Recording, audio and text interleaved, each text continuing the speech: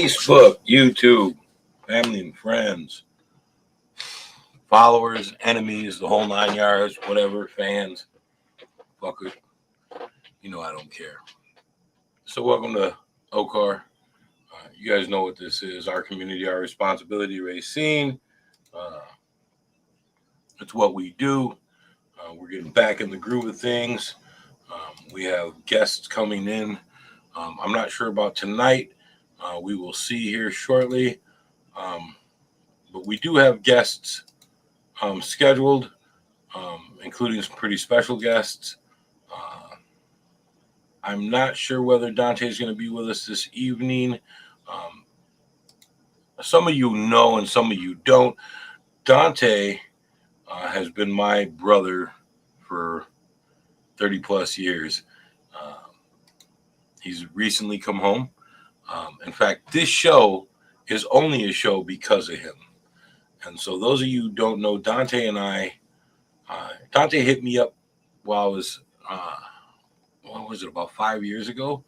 And he was doing a podcast from prison called Incarcerate US, taking on mass incarceration in the United States, which is our subject tonight.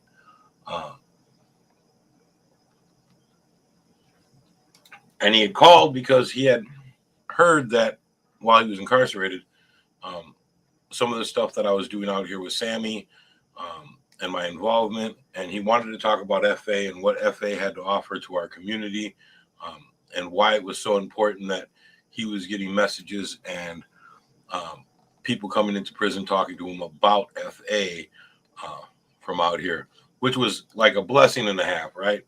Like, it's always a blessing to know that what you're doing out here is going as far as people talking about you in the institutions in a positive manner. It meant a lot to me. And so we did this podcast for his Incarcerate US. And during the podcast, he had asked me why it was so important. And so I'm going to tell you how OCOR came about, the name itself. So he had said, you know, hey, why is this so important to you, bro? Why do you put so much of your own money and time and effort and energy into this Formers Anonymous group and working with men and women with addiction and working through your recovery and addiction? Why is that so important to you? What do you get out of it? And my response was, you know, I told him, you know, as far as my feelings went, is that this was our community. It was our responsibility. We did the damage. Now it's up to us to fix it.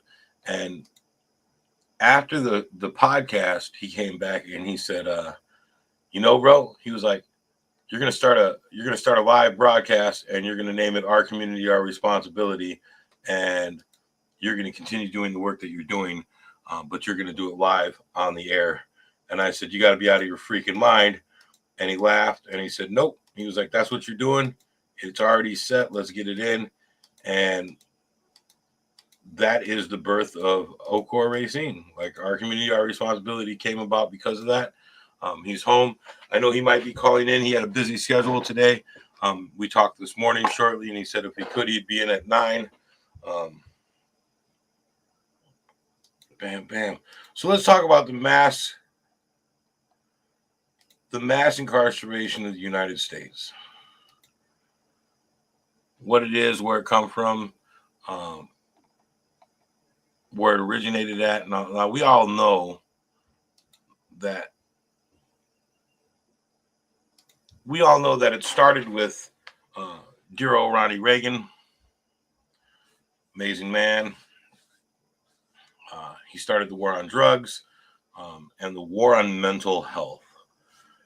He actually took apart our mental health system in the United States and basically criminalized mental health for our country, right? What do I mean by that? He made it so that instead of being recognized as having mental health issues and needing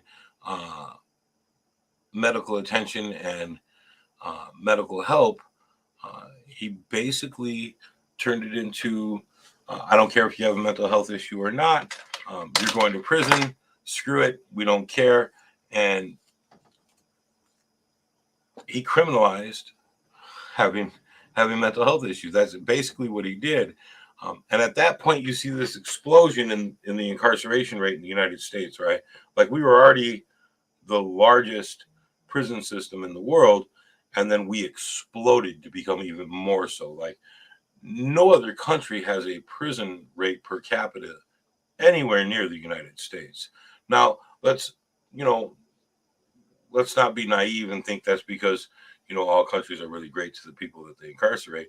Like there's China, where instead of jail they usually just shoot you or you come up missing, and Russia where you get the gulag, um, and then just don't exist anymore.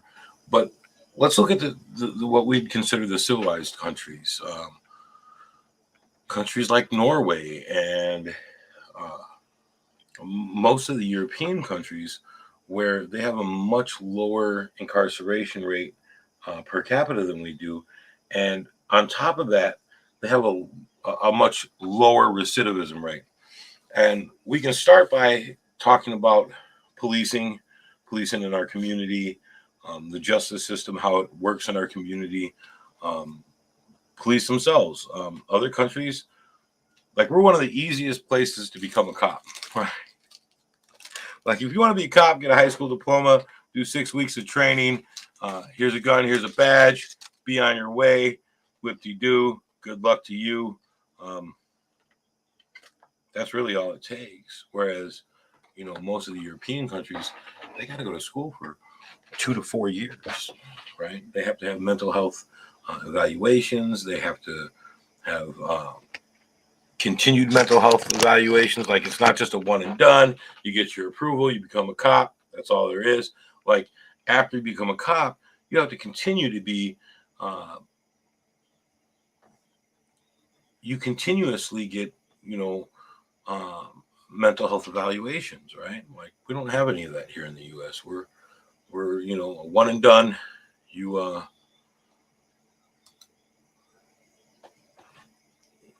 you get your badge and you're good to go. I mean, that's a real problem. Like, um, if you think about it, like anything in our country, any profession besides that, you need years of training and you need continuous training and continuous education. Let's look at being a doctor or a nurse, um, which is just as important as being a police officer, right? And so that continuous training is what helps them determine whether or not a person is culpable in a criminal sense, or maybe they need help. It would also um, it'll also speak to our use of force. The United States has one of the most deadliest use of force records in the civilized country. And use of force means anytime a police officer has to take physical action during an arrest, right? I got a buddy here in Racine. He's been a cop for 14 years. He has zero use of forces, which means in 14 years, he's never had to use force to subdue a suspect. Um, and he's a trainer. And so he trains his new guys to use the same critical thinking processes he uses. And it was funny because when I'm talking to him, I asked him, about that. And he was like, well, I took a lot of mental health courses and realized that most people with criminal behavior have mental health issues. And he was like, why would I want to have to physically restrain a human being if I can talk to them and make them do what I want without hurting them, right? Like without having to use force, without having to assault another human being. Um, you know, the fact that he had went in to get that extra training uh, speaks to his dedication as a peace officer, right? Um, so all of this, right? The lack of training, the lack of humanity, um, the uh,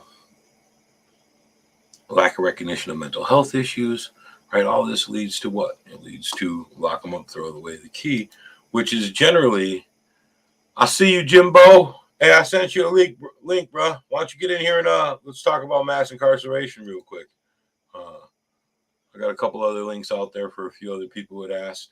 Um, it's a Saturday. What is it? A Saturday night or a Friday night? What is today? Saturday. It's a Saturday night.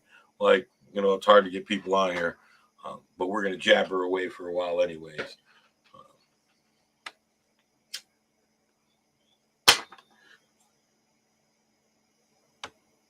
So we look at it, we see that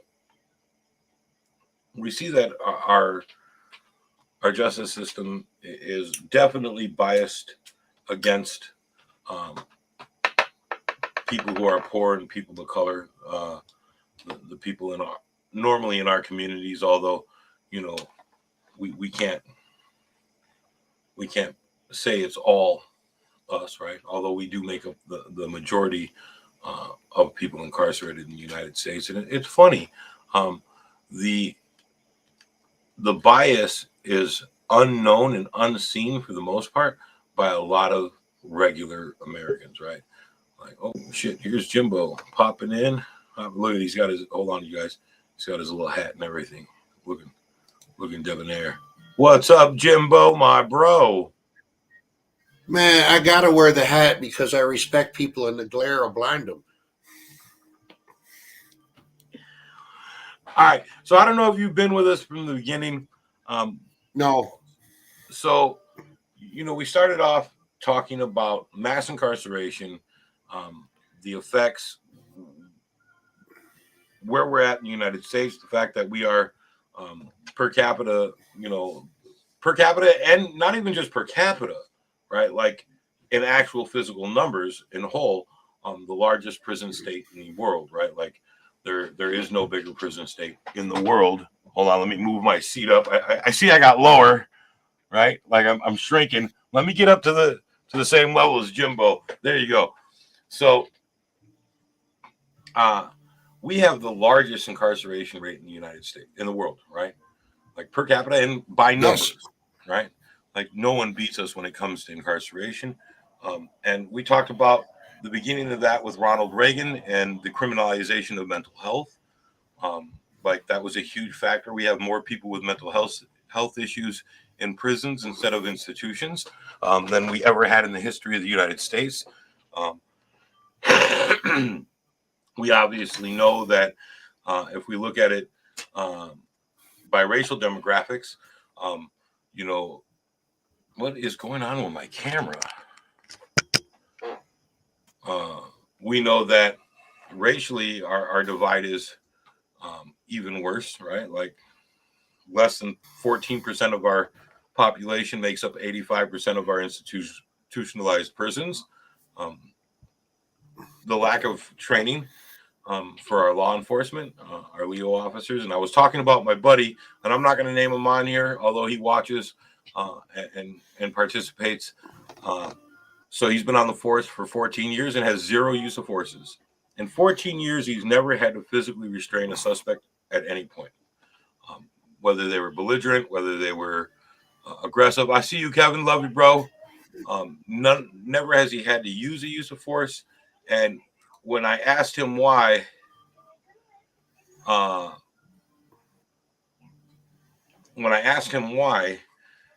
he said that for him,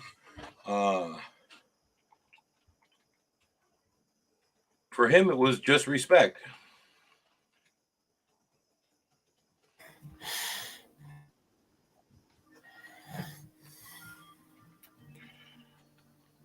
You having some connection issues?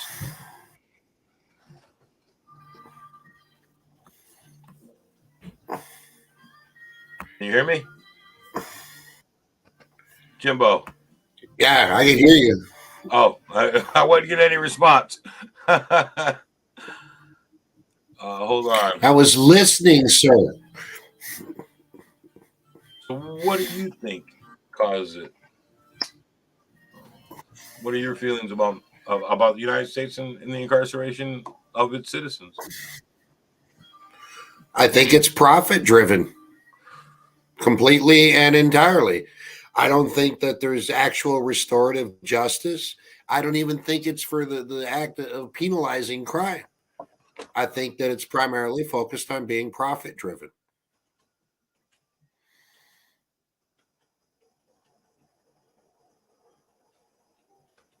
Go ahead and you can elaborate on that. Well, look, as an example, like when I'm going through the coursework for my master's of social work, and one of the things that we discuss frequently is privatization. Okay. And look at how big privatization is in the American penal system. And the privatization, while it's supposed to represent an equal, a providing of the services, right? It's for profit, plain and simple. And who profits?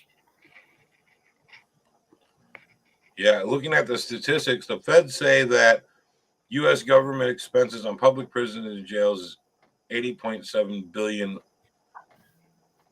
Private prisons turn a profit of around 7.4 billion a year in the United States, and who benefits from private prisons? And they say that it's hard to calculate how much money is generated through prison canteens, phones. So they're saying a minimum of 80 billion a year. Holy shit. 80 billion a year? Yeah. Wow. But by all means, don't be a SNAP recipient. Yeah. Yeah, it's funny if you look, like we hear about welfare benefits. Let's look at the United States annual budget breakdown. So let me get this up here. U.S. federal budget breakdown, federal spending by category, U.S. Treasury Data Lab. So income security 1.6 trillion, social security 1.1 trillion, health 796 billion, national defense 754 billion, Medicare 696 billion, net interest from debt, trust funds, commercial and other investments 350 billion, education, training, employment and social services 290. Show more. Let's look at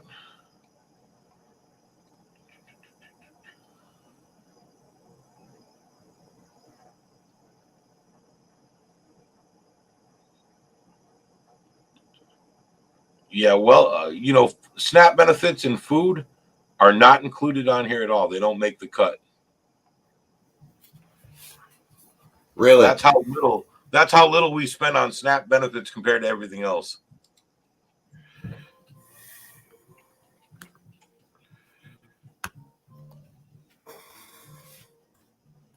That's crazy.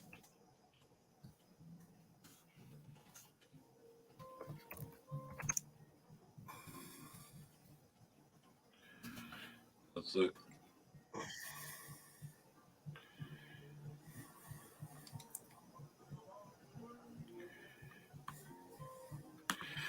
I got 60 billion was what I came up with for SNAP. Come October, the 42 people currently receiving money through the Supplemental Nutrition Assistance Program at SNAP will receive $36. They currently receive $120 a month. How much did we spend on SNAP? $79.2 billion total, which is not even a drop in the bucket. Like we spent 154 billion on transportation.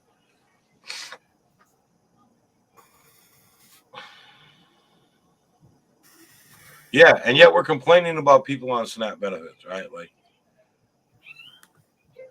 I get it. As a resident of the United States penal system and the Wisconsin penal system for 18 years, I definitely seen how money drove the majority of our institutions while I was in there. Um, like, it's definitely interesting, right? Like all the companies that live off of our prison system. Did you know cassette tapes are basically extinct in the world, right? Mm-hmm. Except for in the United States penal system, which is driving the cassette tape industry back into existence. I was just watching a documentary on it, and so when CDs came around, and then downloads and everything else, cassette tapes went away, except for in the federal prison system, which still uses cassette tapes or was using it until a few years ago for their inmates. And so the whole entire industry was dependent on nothing but their prison customers, their prisoner customers. Let's look at Bob Barker Industries. Is it live or is it Memorex, man? Right. Let's look up Bob Barker. There's so much associated with America's penal system. I mean, and then you go into reentry and look at the services and the expenditure in reentry. And I haven't looked at the statistics, but I'm willing to wager it doesn't meet a quarter. Let's see how much Bob Barker Prison Industries profits a year. He started by buying a small jail. That was in the 80s. So let's see how much money does Bob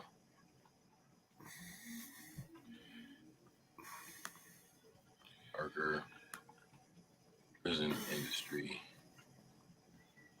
make a year. Let's see what their yearly.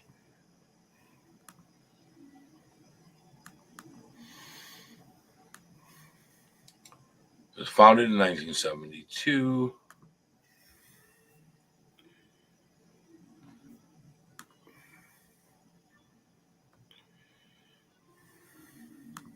So they get $13 million in federal prison contracts in the United States, representing 100 federal prisons across the country.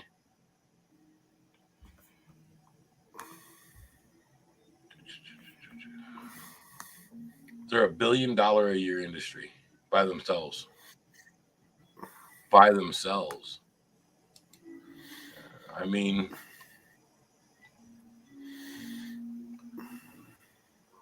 they earn $100 million, a minimum of 100 estimated million a year in revenue, besides their other contracts, which are not public.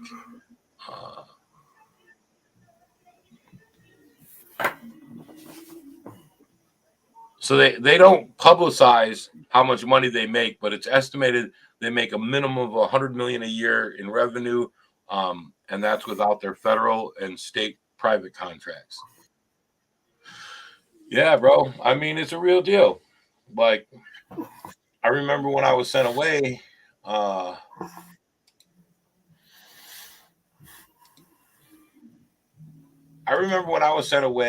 was told by the bailiff, if it hadn't been an election year, I would have got half the time I got. That sounds about right. And I had Butch. I had Vuvinus, right? Like, he retired amidst some, a turmoil of interesting news, right? And then right after his, I'm a member of the Vuvinus Club. I get you. Yeah, it's funny. And then Barry, not long after that, was under another federal investigation, and unfortunately, he killed himself. He took his own life, and I don't wish that on anybody. So I know there was a lot of people who were happy about it. Actually, I'm very close with some of his family members, and that was never something. I'm never okay when someone commits suicide. So it's not something I would celebrate. Yeah, man, it's crazy. We have the highest number of juveniles incarcerated in the world. We have the harshest penalties for juveniles in the world, besides countries that kill them, which would obviously not be the countries we're talking about or comparing ourselves to, right? We're looking at modern industrialized nations that aren't, third world countries. So it's hard to even compare us to China. You know what I mean? Like, right. China people just come up stinking.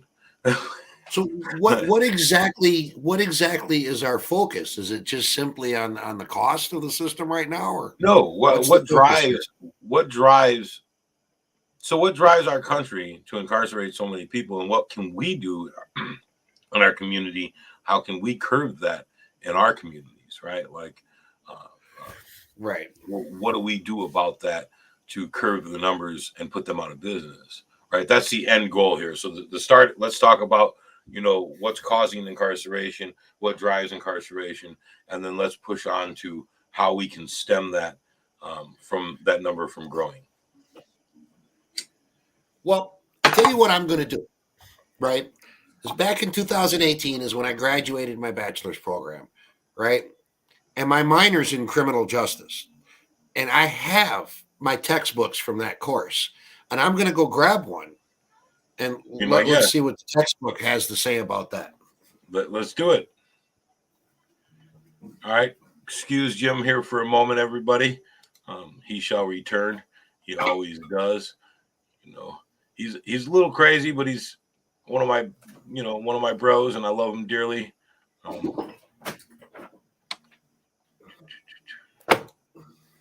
You guys don't be afraid to comment or share the feed as we go. Let's get some more people in here if we can.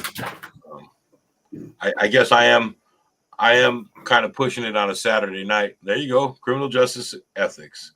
So what does the criminal justice system say about an introduction for forensics? All right, forensics. What do they have to say about it? Like, what is their take on it? This is the official educational system telling us what it is, what it was, and what it be like. Look at this. I don't know if you can see it. Criminal justice ethics. Why should we? What? Why should we worry about whether the criminal justice system is moral? Okay. That's the very first. That's in the introduction. See, and I'm going to share with you what it says real quick, if that's all right. Yeah, absolutely. It says for some people, this question won't even arise. Obviously, the criminal justice system must be moral, they may think, because everything should be moral. That's what moral means, the way things should be. The answer is so general, however, that it is little more than an empty platitude that gives us no guidance. Do you know what the biggest debate was in that entire academic focus? What? Was a treatment based penal system versus a punishment based Mm-hmm. penal system. I was the only one out of a class of about 25 who supported a treatment based model. And the argument from my peers in that class were not evidence based. They weren't based on anything other than perspective and opinion, which is criminals are garbage and they should be punished. So where does Not that thought process come from? Uh, us as a country, where do we get that? Because I hear that a lot, especially from my more conservative friends. Um, they'll say, "Well, they committed a crime; they deserve what they get." Hey, Britt, love you, beautiful. They deserve what they get. Why should we be concerned with whether or not their punishment is moral? Right? well, Where does that come and from? I have to look up the statistic for you, but so much of criminality is poverty based Mm-hmm. that, and the thing is they Crimes don't and care. necessity is what you're talking about, Right. It's poverty based. The right? majority of it was. Actually, I think I have some statistics in this book. Let me see.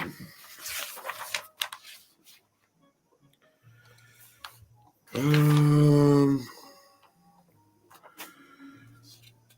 Selective enforcement. What is a term? Selective enforcement.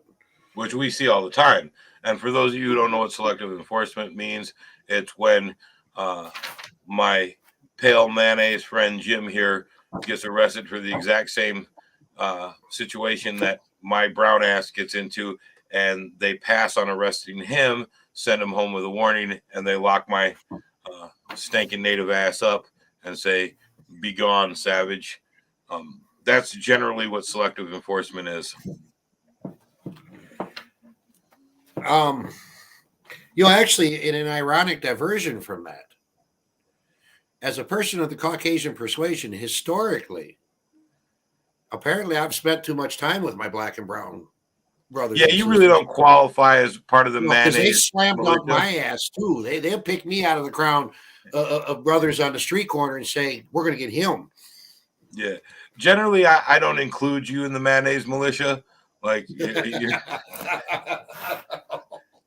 you're kind of separated from the norm, right? No, I'm I've not never down to heard. mayonnaise, guys. Just for those of you who are going to hit me up in my DMs and say, "Hey, what's wrong with mayonnaise?" I love it on my sandwich. I do too. Like I use it on my sandwich Oh, as well. But those of you who don't know oh what me. the mayonnaise militia is, look it up. Oh, touche, mon frere. Yeah, yeah, you've been kicked out of that club a long time ago, bro. Moral culpability. I'd have to find a damn definition for that. Moral culpability.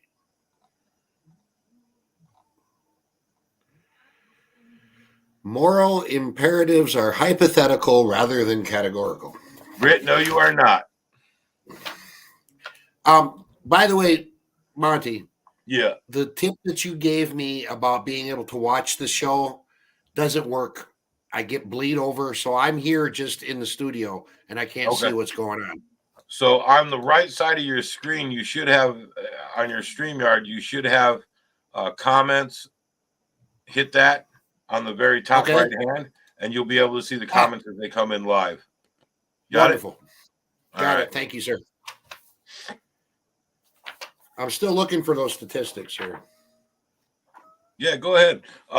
Hey, and if any of you guys are interested in joining us and talking about this a little bit more, feel free. I can bring you right in. I'll send you a link to the studio and bring you right in if you want to come on live and talk about it or talk about your recovery or your experience with the institutionalization of our country. Feel free. So for me, like it's been a really big part of my recovery, like trying to help others not go to prison, right? Like it's an important part of my walk and my path and my apology, right? Like we talk about apologies, especially in 12-step programs. They talk about making amends. There are a lot of people I'm unable to make amends to, whether because they're not here anymore or because physically approaching and speaking to them would cause them suffering of some sort, and I'm not willing to increase their pain, whether it be emotional or psychological.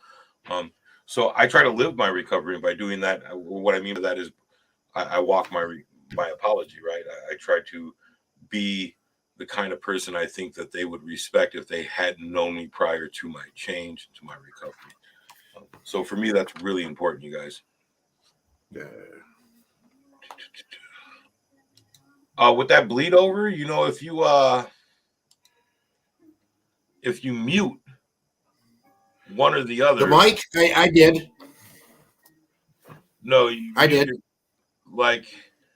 mute your Facebook and just listen to your just listen to your StreamYard, and then you'll see your Facebook will be like, I think it's 10 seconds behind your actual talking to me. So just so you guys know, when I say this, you won't hear it for 10 more seconds. You and me will hear it in real time.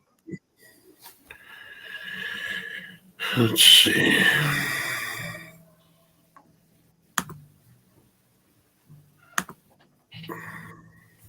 You'll see your Facebook will be like, I think it's 10 seconds behind.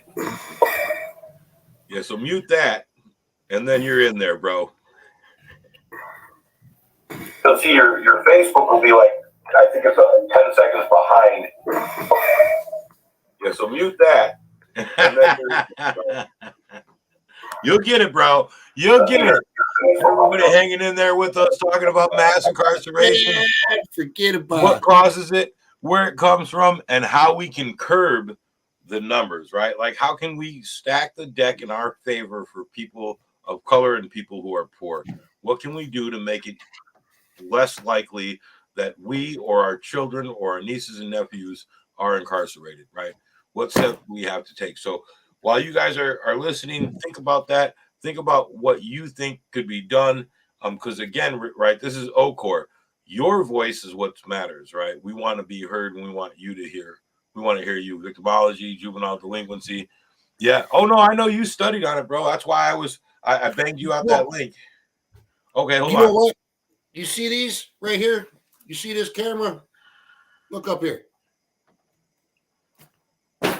Right. That's about all their use. So Britt says, I know when I was in regular incarceration, I was in and out. I didn't know there was a way out really. It was just life, being introduced to living free and 12 steps while in there showed me the light. I'm forever grateful. Yeah, 12-step programs are a huge benefit for our communities, without a doubt. Um, I think there's more besides that. Like I think participating in active recovery is really important. 12 steps are a great stepping stone for that, but we got to go deeper, right? Deeper than just attending programs and um, uh, sharing with others, right? Like if we really want to reach a state of recovery, we need to hit that 12th step, which is spreading the message, right? Going out into the streets and talking about it, being a part of it. That's how you live recovery for a permanent status, right?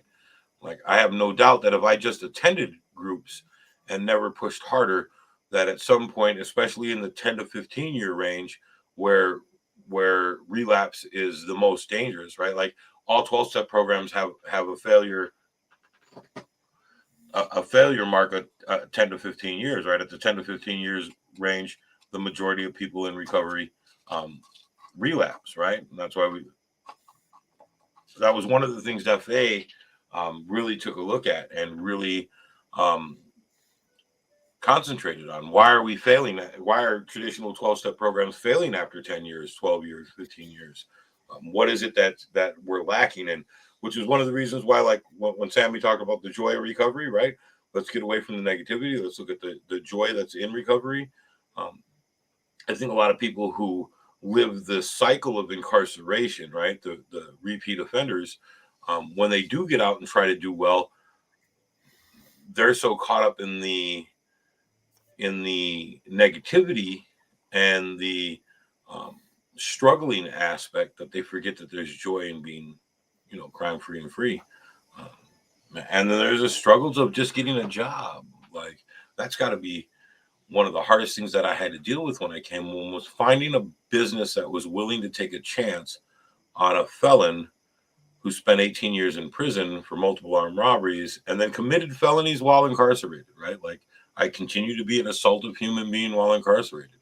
Like it's hard for people to take a chance. And getting jobs for me was next to impossible, right? Like getting a job was almost impossible. There was no major company that would give me a shot. They still don't, right? Like I still get immediately they see my record, they're like, I'm like, man, that's 25 years ago. It's more than 25. It's 1995. That's what, 27 years ago, right? Armed robbery. Like, I'm not a registered sex offender. I'm not, a pedophile or a predator. Um, I was just, a piece of shit. I had multiple armed robberies, and attempted murder, and multiple assault and batteries, right? 20 plus years ago. Here's the thing that I'm looking at, okay, is we have such a measure of divisiveness, especially in today. Let's just look at our political Yeah. environment. I Yeah. mean, that's basically 50-50 right down the middle right now. Right. And one of the problems that we have, at least in my perception, okay, in my opinion, is if you look at Wisconsin, like I'm sure not a lot of people are aware of the fact that on March 15th, the state of Wisconsin attempted to enact the same anti-trans, anti-LGBT laws, Yeah, they did. for people under 18 as some of these other high conservative states did.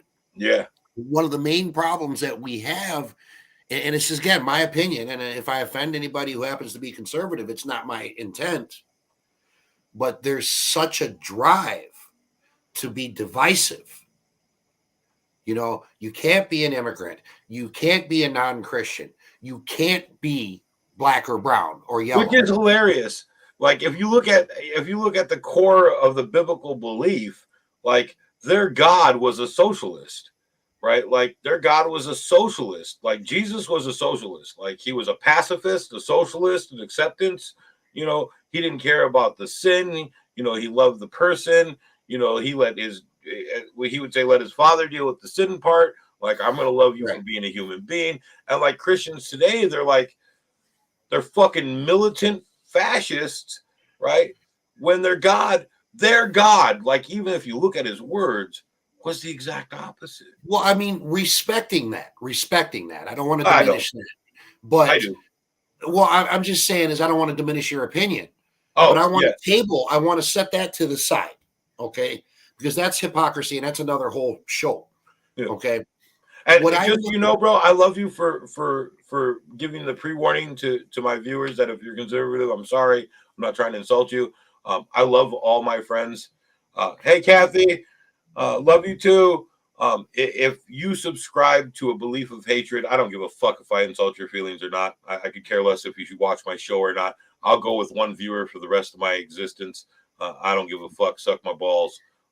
If that's how you treat another human being, and you believe your beliefs are so important that you have to infringe on the rights and the hearts of other people, then I don't want you to be a part of my life. so Monty, here's what I'm looking at, right? Is that divisiveness trickles down, Mhm. right? And we have that. I think that divisiveness in our communities is what the problem is. You know, because look at how it affects poverty. Look how it affects criminality, Mhm. right? Look at Racine. Yeah. You know, Racine, just like so many other cities in the country, is divided. You know, if you go walking around out there at Wind Point after midnight, Caledonia is going to stop you. I know I live out here. And if I go out and I walk around there after midnight with my funny hat and everything, they're going to just, maybe shine a light on me and see the reflection and keep going. It's So, that yeah. there's a racial divisiveness, there's a financial and economic divisiveness, especially in Racine, which is why the hell I don't live there anymore. Right? There's such an economic division. That is the divisiveness. What you remember? I don't know how long back it goes. There used to be a program called Sustainable Racine. Yep. I remember. Okay, and what happened to it? It just faded. Yeah. It just faded away. There was another program, a fatherhood program. And what does that do? It fades away. It's Yeah. ineffective. I think the father program was Tremaine Jackson, my old brother-in-law. He sponsored it and set that up. Uh, the problem was funding.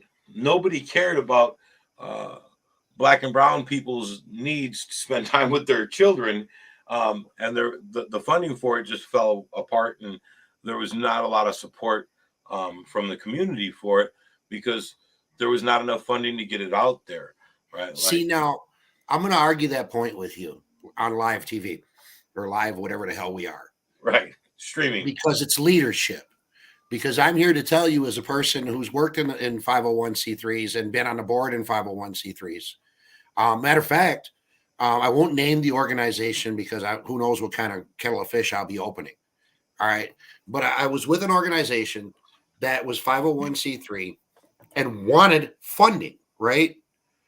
But the organization didn't actually provide any fucking services, right?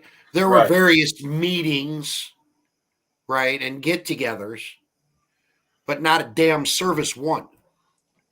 Now, if you right, go to the Department of Justice, okay, there are myriads of grants out there that are directed specifically at reducing recidivism and domestic violence, and community inclusion, like for reentry and what have you. So I want to say that the problem isn't the programs, it's the leadership, okay, and not knowing. But here's the problem that we run into, right? Is where is education typically shifted? Yeah, The mayonnaise militia. right. I love that. I Yeah. mean, I'm using that from now on. That's a done I deal. don't even know where I heard it. I'm already a member of the Alphabet Mafia, so Is that what they call it now? The alphabet mafia? Alphabet LGBTQIA PDQRSY. That's right. I don't know what that means. Although, LGBTQIA. yeah, so I knew what LGBTQ meant, and I supported a person's right to do whatever they want. Like Right. I don't understand it, right? Like I don't understand it, and I Stop never right make there. claim to understand it. I just don't care. It's their choice. Stop right there, though. Okay. You just hit the nail on the head. You don't understand it. How many in the divisive communities don't understand black and brown issues, don't Mhm. understand poverty issues, right? What needs to happen, in my opinion, again, is we as communities need to embrace each other. Stop looking externally and So start internally. So I understand it. I just don't comprehend. So my thing is science based, right? Like the term gender refers to sexual genitalia, right? And so you have it or you don't. But if you choose to feel that you want to be something else, I'm not going to infringe on that right. I'm not bigoted enough to say, well, I don't understand it, so it can't be true. I don't understand it, but if that's your feeling, then I'm going to respect you and respect that feeling, right? Like Right. I get the premise. I don't understand the thought process, and I don't understand the emotional effect. So I was I withhold from judging. I withhold from forcing my belief, and say, okay, if you feel it, that you would rather be use female pronouns, I'll use them. I do think it's unfair to demand of me to participate if you don't actively attempt to look the part. If you walk up to me in blue jeans, t-shirt, beard, and a hat like you are now, and I say, "What's up, bro?" and you become offended without me knowing, well, then that's not my problem. You can kiss my ass, right? But if you then turn to me and say, "Hey, listen, please don't use the term bro. Just call me Jim or call me her," right? Now I know. Now I'll respect your choice. But don't get offended if you walk up looking like you do and identify as a woman and I don't know it, right? Like I'm not going to participate, right? You got Oh, to give me kind of respect. like me walking up and saying you're just the nicest looking Puerto Rican I ever met. Damn right. One of my favorite meals is Puerto Rican rice. If any of my viewers know how to make Puerto Rican rice, hit me up in the DMs. I fucking love you. Like, soy boricua también. Órale, vato. Brody. Dame dos platas de arroz, por favor. Right? Like, I'll be Puerto Rican for a day if you give me some fucking rice. Right? It's funny.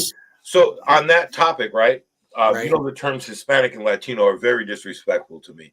And I've made it clear to a lot of people that when they use those terms, they actually cause more harm than they know within our community. And do you know why? Mm-mm. So think about this: Spaniards, right? The word Hispanic means somebody of the Hispanic or the Spaniard descendancy. Uh, Okay. Latinos are people who speak a Latin language and are descendants of Italy, of Rome, right? So think about this. They came over to the New World, colonized an indigenous people, and then to further destroy their connection to their indigenous history, gave them a European title to recognize them Mm-hmm. as a human being, and then forced them, because Hispanic and Latinos aren't races, right? That this is in the census and in our books, forced them to mark white on the census, right? They have to mark white on their race when they're not. They're indigenous peoples. They're Right. removing the indigenous identity of our people systematically. Like, for those of you who don't believe in systemic racism, let me explain it to you right fucking there in a handbasket. They stole the indigenous status of an entire two continents, Central America, South America, have both been de-indigenified and turned into a white European race, which they are not. They are descendants of Native Americans from southwestern United States, Mexico, Central America, and South America. So when you refer to me as a Hispanic, when you refer to me as a Latino, you remove my indigenous identity, and we're Apache, right? We're Shishindene. We're Apache, right? We ruled northern Mexico. We ruled southwestern United States.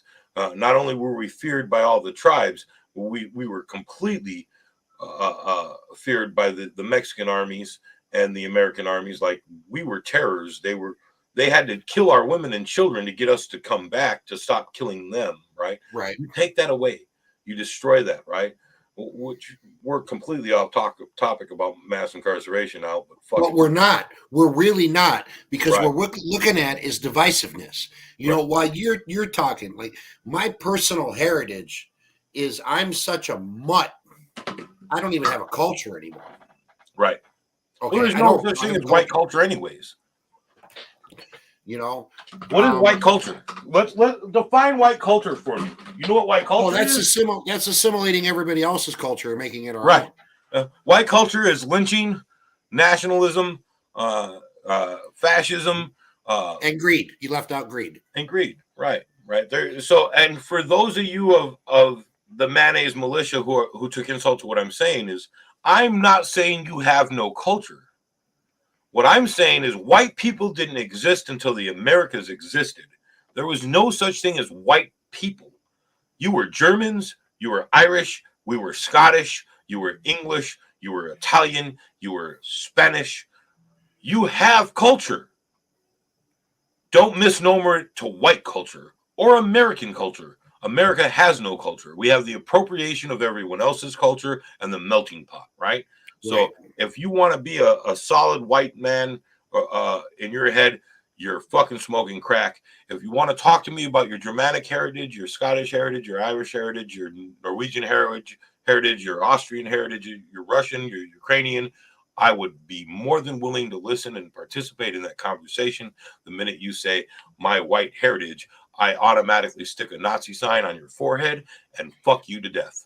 Like, well, you know, I mean, when we look at divisiveness, because while you were talking, right, and me in the absence of, which is, it's kind of actually a beautiful thing for me, because, you know, given my philosophical beliefs as a Taoist, you know, we're one family under the sky anyways. Yeah.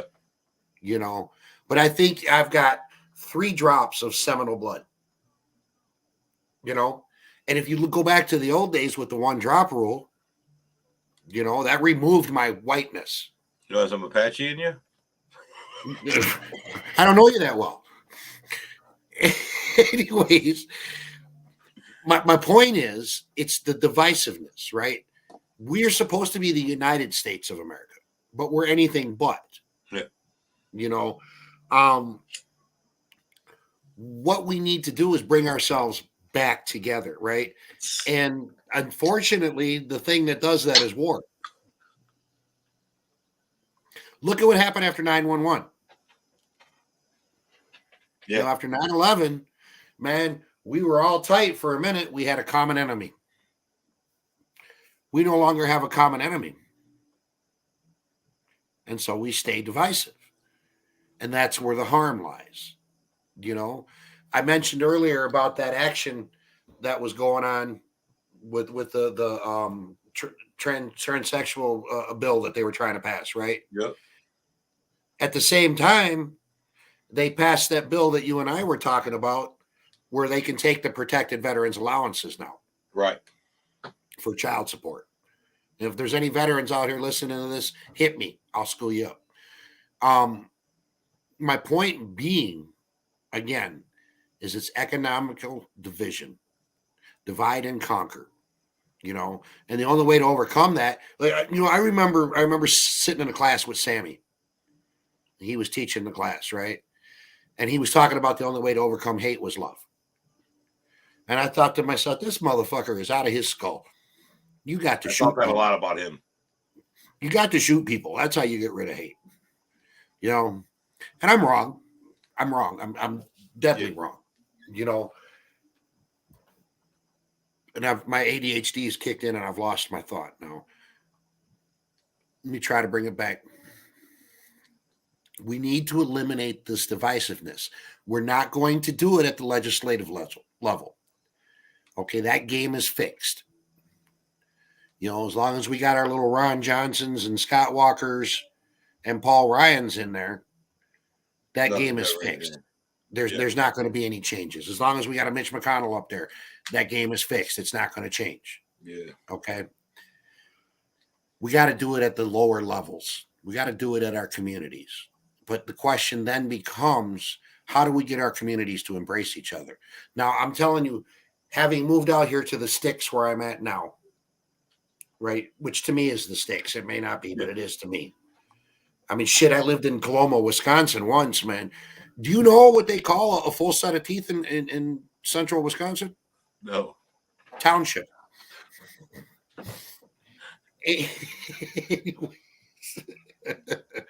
I'm sorry, Lord.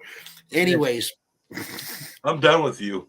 The point is we got to get our communities to embrace each other, you know, and unfortunately, it's disaster that causes that. Whether it's a fire, whether it's, you know, floods and weathers and destructions, or it's war, it's always something horrid that we then decide that we'll come together for a minute, you know. And that's where we need to put our focus. Is we need to focus on unifying our communities. And I know that's easy to say, but it's got to happen. And you know, in my opinion, again, the only way that's going to happen is give and take on all the different sides. Right. You know. I hear you. You know,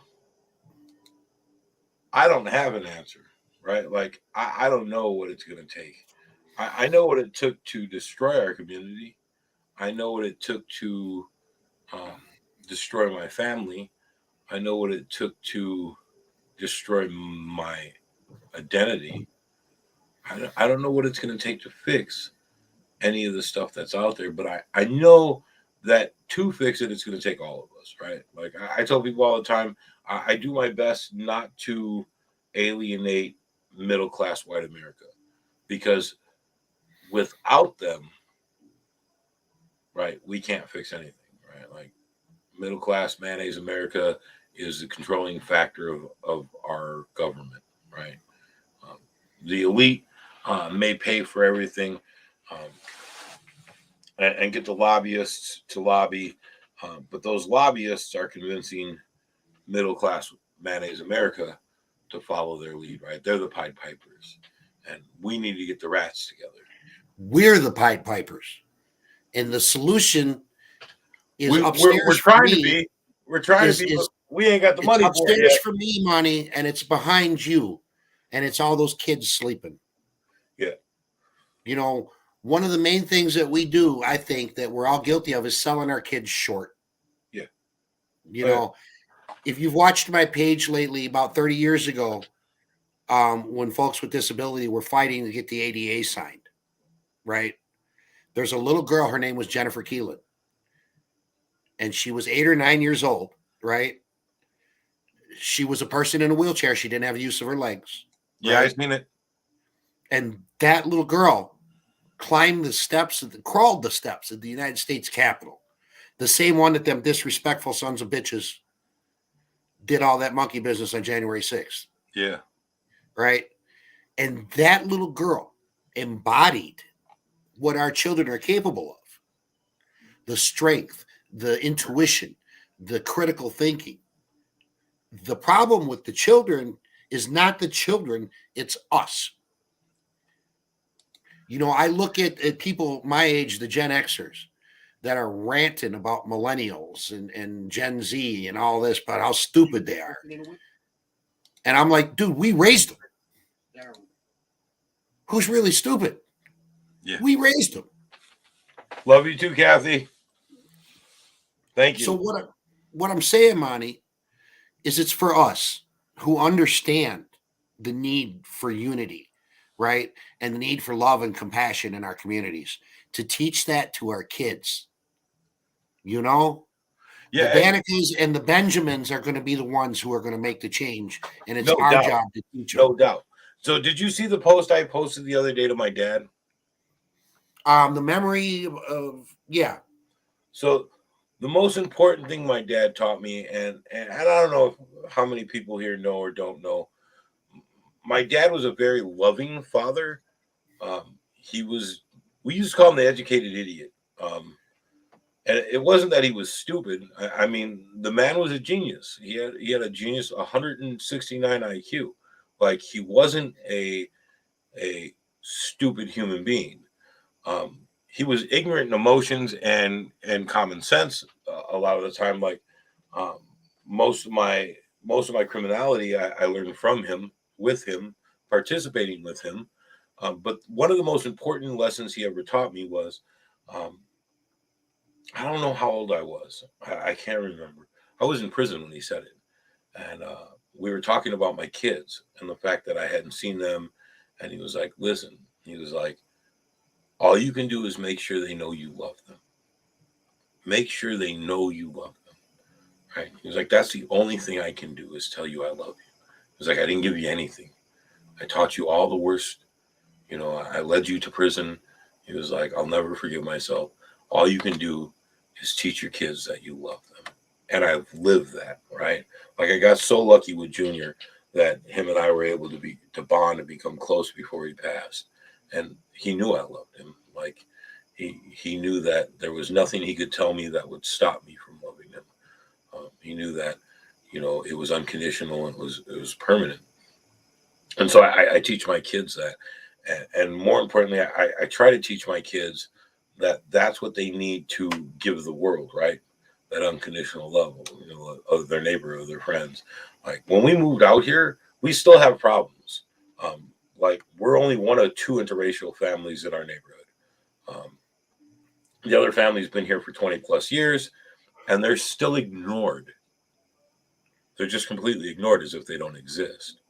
Um, we, on the other hand, um, we made waves when we came out here. Like, one of the neighbors asked me if I'd give them a quote on their lawn because our people were so good at gardening, right? Which I promptly, and she was an older lady in her 80s. I promptly responded with, "Ma'am, no, we bought the house, but I'll come by later and give you an estimate, okay?" Right? Like, I made it into a joke. My neighbor across the street's called the police on me dozens of times for having Black and Latino visitors after dark. Lowers the property value. Um, he My trees, because I have a whole line of trees on the side of my house in the summertime. One summer, they grew about 3 inches over the street, and he called and filed a complaint. My grass was two different lengths, right? Like, it was so wet in the ditch that I couldn't get the lawnmower to down into there, and I didn't have a weed whacker at the time, and it got to be about 6 inches high in the ditch. He called the city and reported it. Anytime I park, so based on his rules, I'm not allowed to park on the western side of my property. I can only park directly in front of my house. And anytime I park a car on the western side of my property, he calls the police. Police, I know them all. Call. Don't even worry about it. But, like, this is continuous. We've been here 5 fucking years. Like, we've been here 5 fucking years, right? Like, doesn't like Spanish being spoken in the neighborhood. I put up some signs 4 years ago. One was support our local public schools, right? Support our public schools. One was that sign that rotated for a while. It was in English, Arabic, and Spanish, and said that if you're new to my community, welcome. You'll always have a place to have coffee and feel safe here. And the third one was a rainbow flag sign, and I had them in my front yard. And we can't prove he did it, but I woke up one morning and they're tore to shreds and on the ground. And every time I put one back up, it'll be there for a few days, and they'll tear it up and shred it. And I don't have the money to keep replacing them, so I don't. But, like, that's a real deal here, right?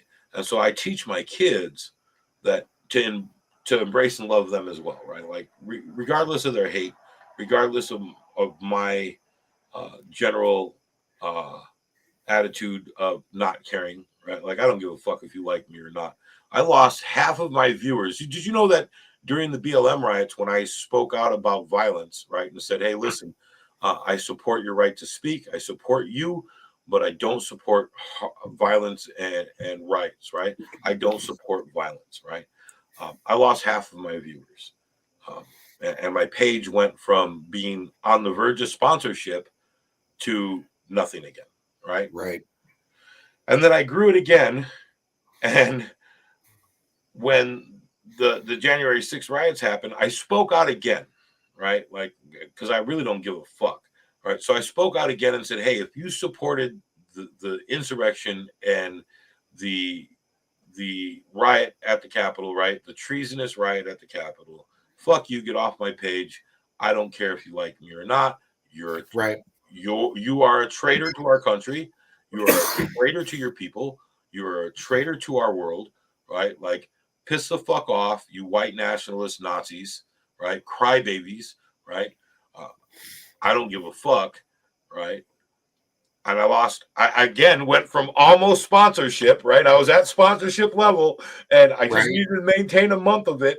And then I would have hit sponsorship and then I would have partnered with Facebook and I could play music and do what I wanted. And again, I fucked it all off and went back down to like, well, I think the most we had tonight was 9 viewers, right? Like, my viewership fell back down. So for my friends and family who are loyal fans and always come in and step in and say hi and hit the like button and the share button, I love you. It wasn't you guys. It was because it's a public page.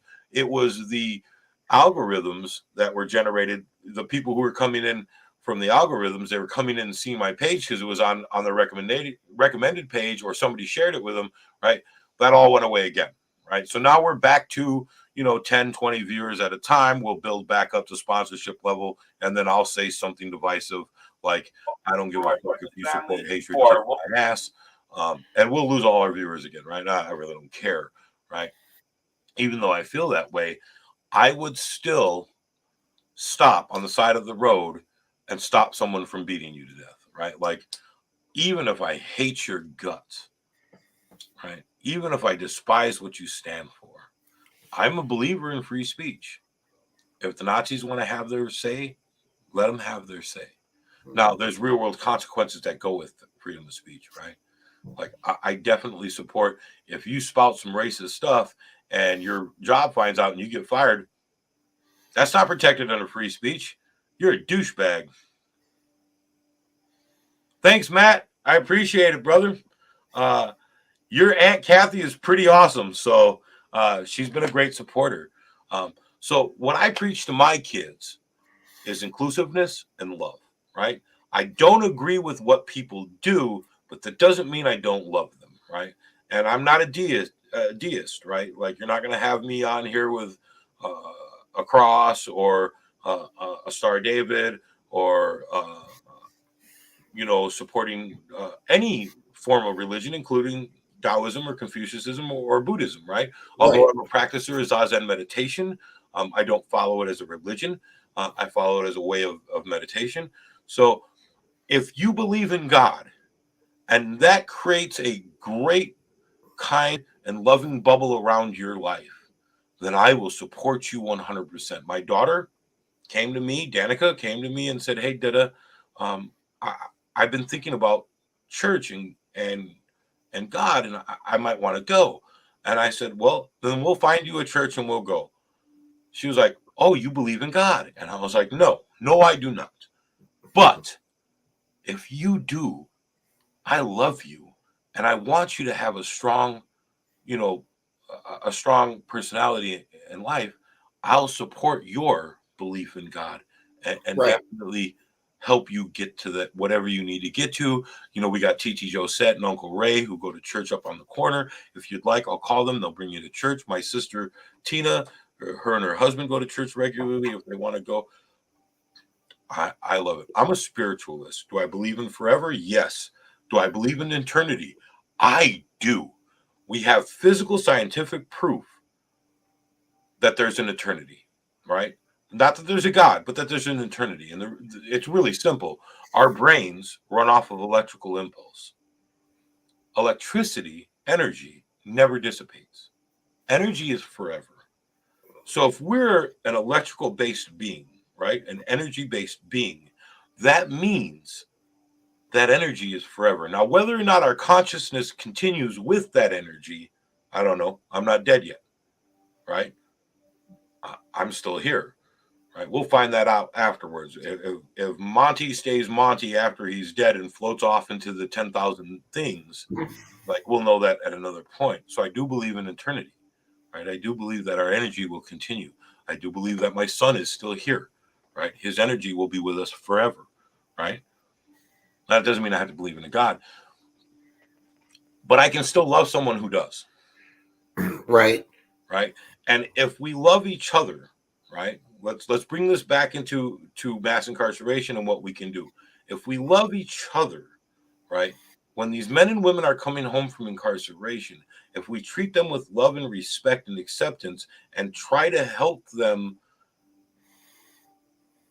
re-envelop into our community, wouldn't it be much better for us than if we brought them home and left them feeling disenfranchised, broken, separated, and isolated from us? Like, wouldn't the welcoming arms and saying, hey, listen, we know you fucked up, but let us try to help you get on your feet. Let us try to help you reintegrate. Let us try to help you become a better human being. Wouldn't that cause our society to be a better place and we could break down that incarceration issue? And the only reason why I know it's possible and the only reason why I know it's effective is because you're looking at a man who's about to hit the 10-year mark of being free after serving 18 years in prison without a break. Like, I went in at 19, I came home at 37. I had never been out between there. I had never seen freedom. When I walked out those doors, I didn't even know what the night sky looked like. Right? And yet here I am almost 10 years later. I have a wonderful family. I have a moderately successful business. I have a support circle so large that it shocks me on a daily basis. Like when my son died, Jim, the amount of people who came to say, I love you, not to say, what do you need? Not to say, how can I help? Not to say what happened. They just called and said, I love you. Right? Like, my thoughts of suicide were overshadowed by the screams of my support circle, right?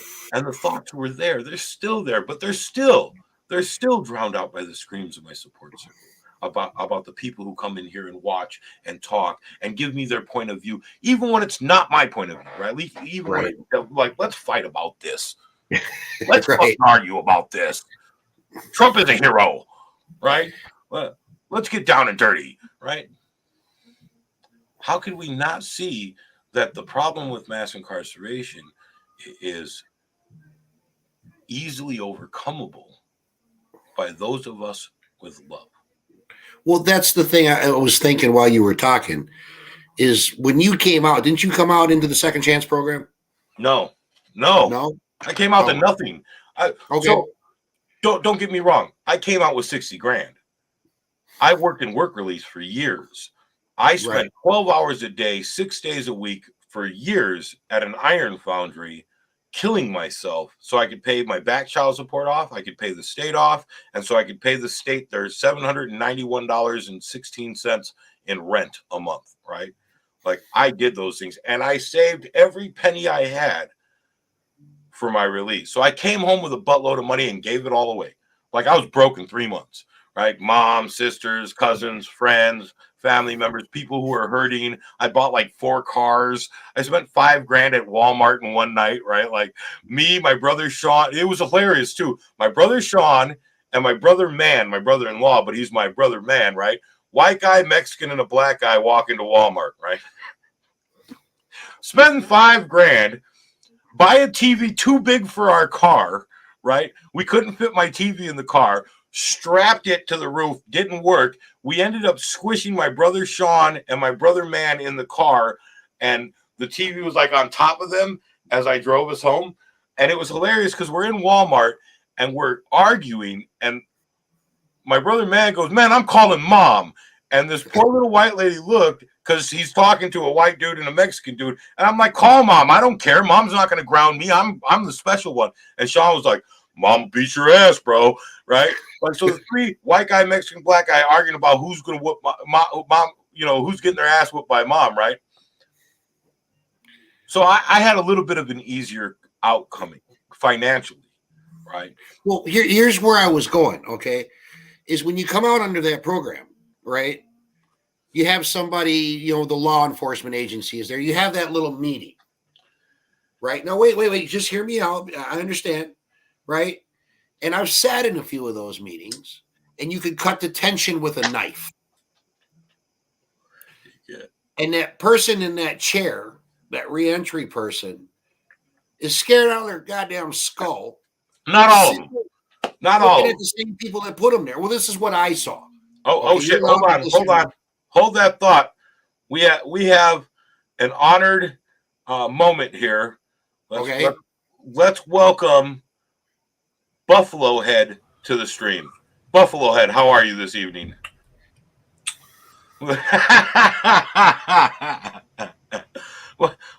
What's up, Bison Dome? I see you. You ready? Ready, Freddy. So, Sammy was the one. He was the first person I worked with after coming home from prison. What was it like for you dealing not just with me, because I was a hard case, and I know I was a hard case. I was very difficult. No, you weren't.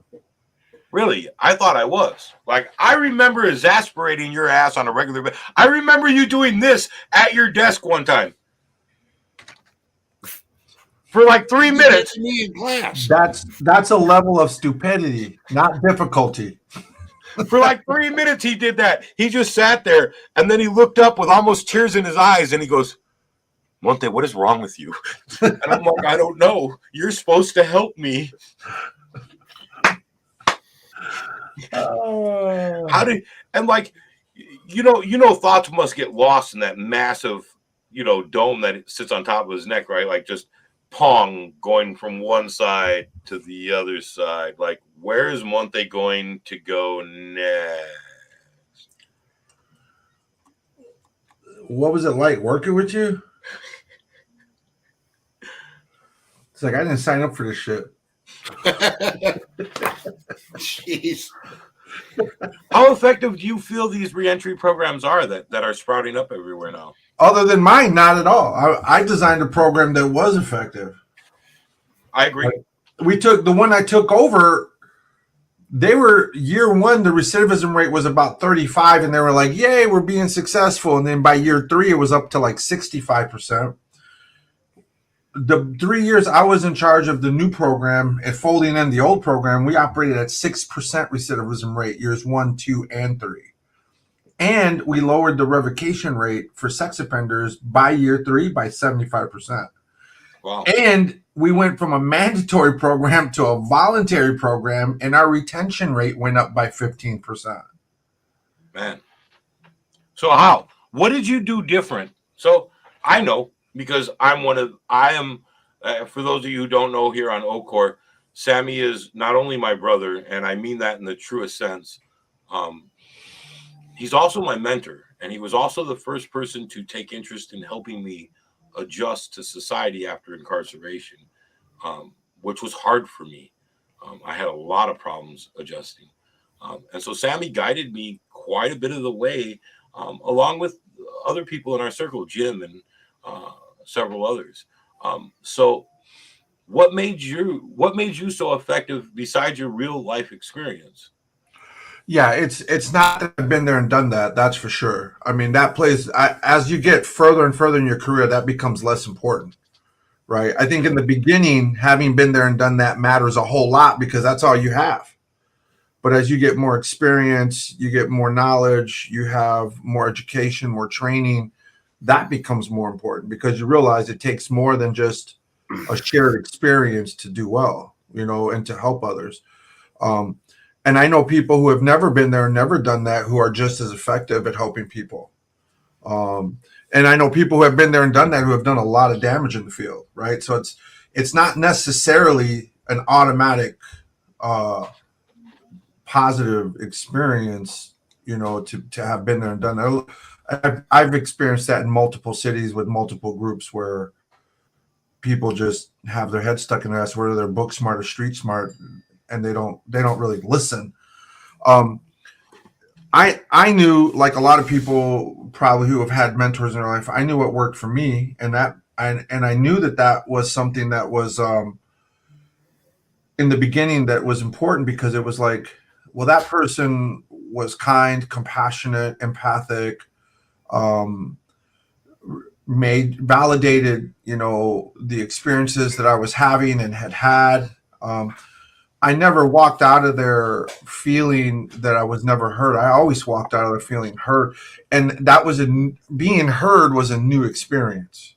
It was a brand new experience, right? Because I'd gone 30 years of my life feeling like I'd never been heard, you know. And violence, like many of us can relate to, violence was one way I knew people would listen. You know, when I took over a prison, when I took over a cell hall, when I took over a seg unit, a chow hall, a yard, everyone was listening.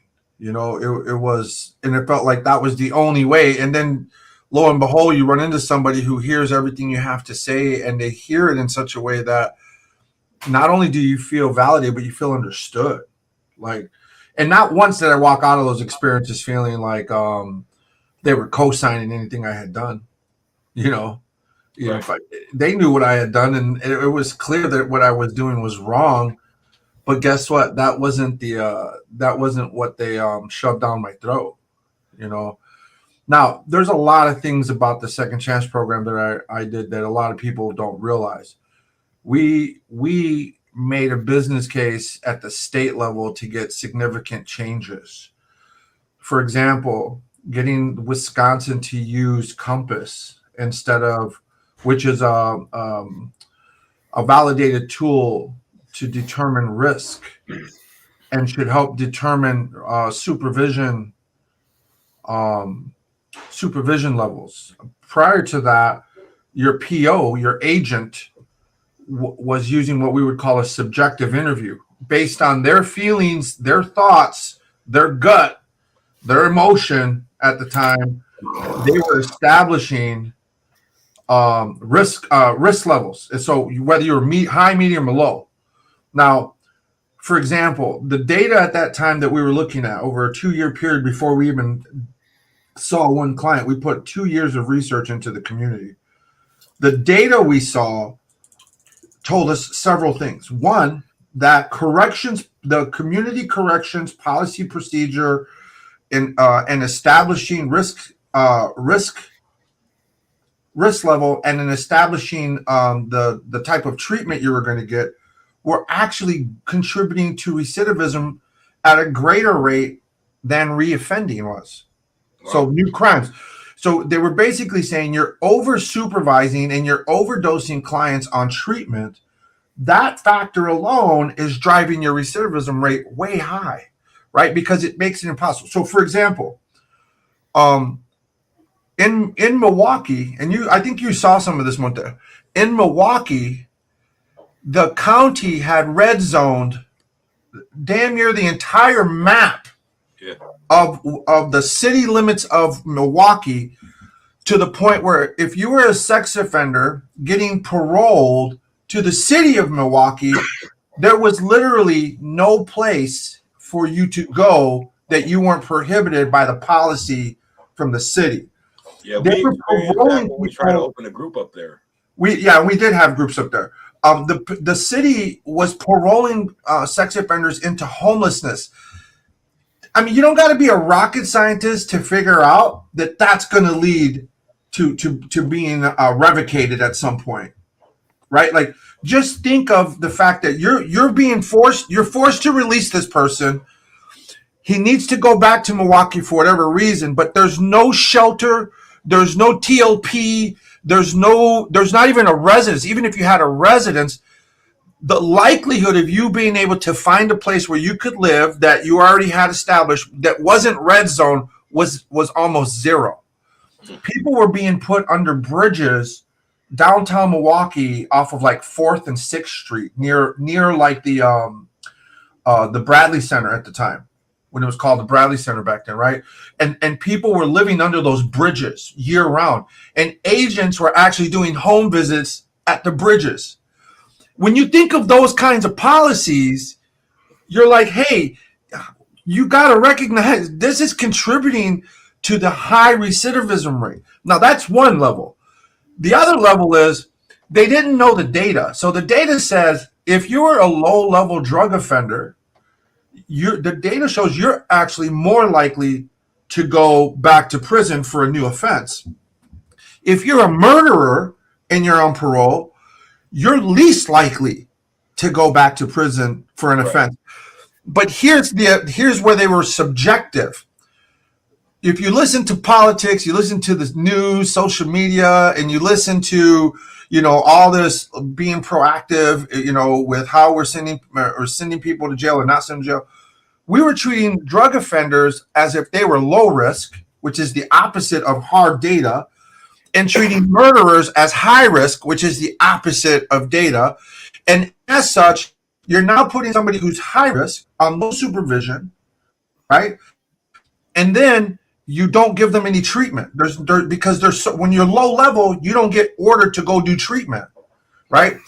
Now when you're assessed at high level and you don't need treatment, well, now you start to be, how are you going to feel if you're like we were talking about today in today's group, I'm being forced to do something I know I don't need. Right.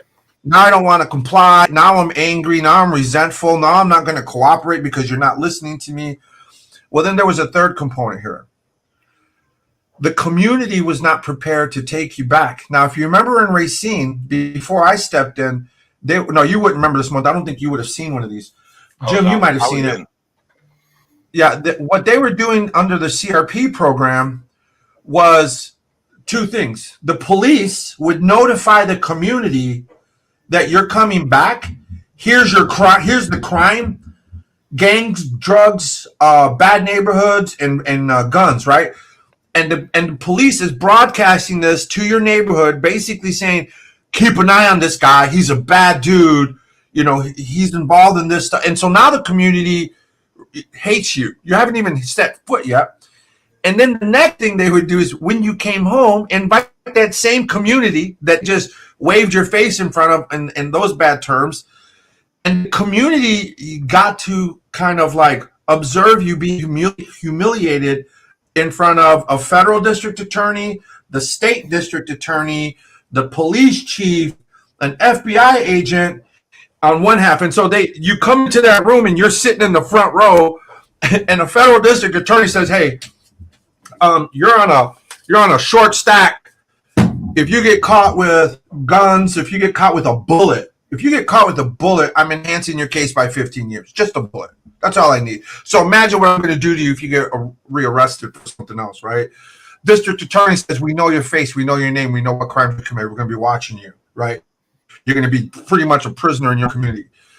And then the police chief would say that, right? My officers have been showing your picture. So this half hour of threatening this person with like federal and getting the book slammed at you. And then the social workers would come up and basically say, you should really be worried about what these guys just said, but if you need services, here we are. That was the welcome you got back. And this was being hailed as a solid program. Now, the other problem with the data that they were operating off of Department of Labor funding. And so the Department of Labor funding said, get them jobs and hold them accountable with severe consequences. That's why the whole we're big bad law enforcement, we're going to throw a book at you was a big deal. And they were trying to get everyone jobs. Here's what the new data showed, though. This is what I based the new model of the reentry program, second chance program. Data says you can get somebody clean and sober, and guess what? Doesn't move the needle on recidivism. So just because you're clean, just because you're sober, doesn't mean it makes your chances of not going back to prison any better. In fact, it showed the opposite. You can get somebody medicated for their mental health issues, get them in treatment. Guess what? Doesn't move the needle on recidivism. Doesn't mean you're not just as likely as before. So being sober and being mental health stable, if you remember, a lot of the programs were basically betting the bank on it that we got to get them jobs Getting a person a job does not move the needle on recidivism. Getting them sober does not move the needle on recidivism. Getting them stable on their mental health does not move. All three of those things didn't improve the recidivism rate. The recidivism rate stayed exactly the same. The new data showed, and this is where me and you spent a lot of time, Monte, you got to deal with the antisocial risk factors. And there's several risk factors on the antisocial scale that you got to measure. One is your past. Your past is really the only static measurement that's a part of the new data. Basically, the research does show that your past is the best predictor for your future behavior when it comes to criminality. But everything else was able to be moved and shifted on the scale, right? We had to help you get rid of your antisocial relationships, and we need to find pro-social relationships.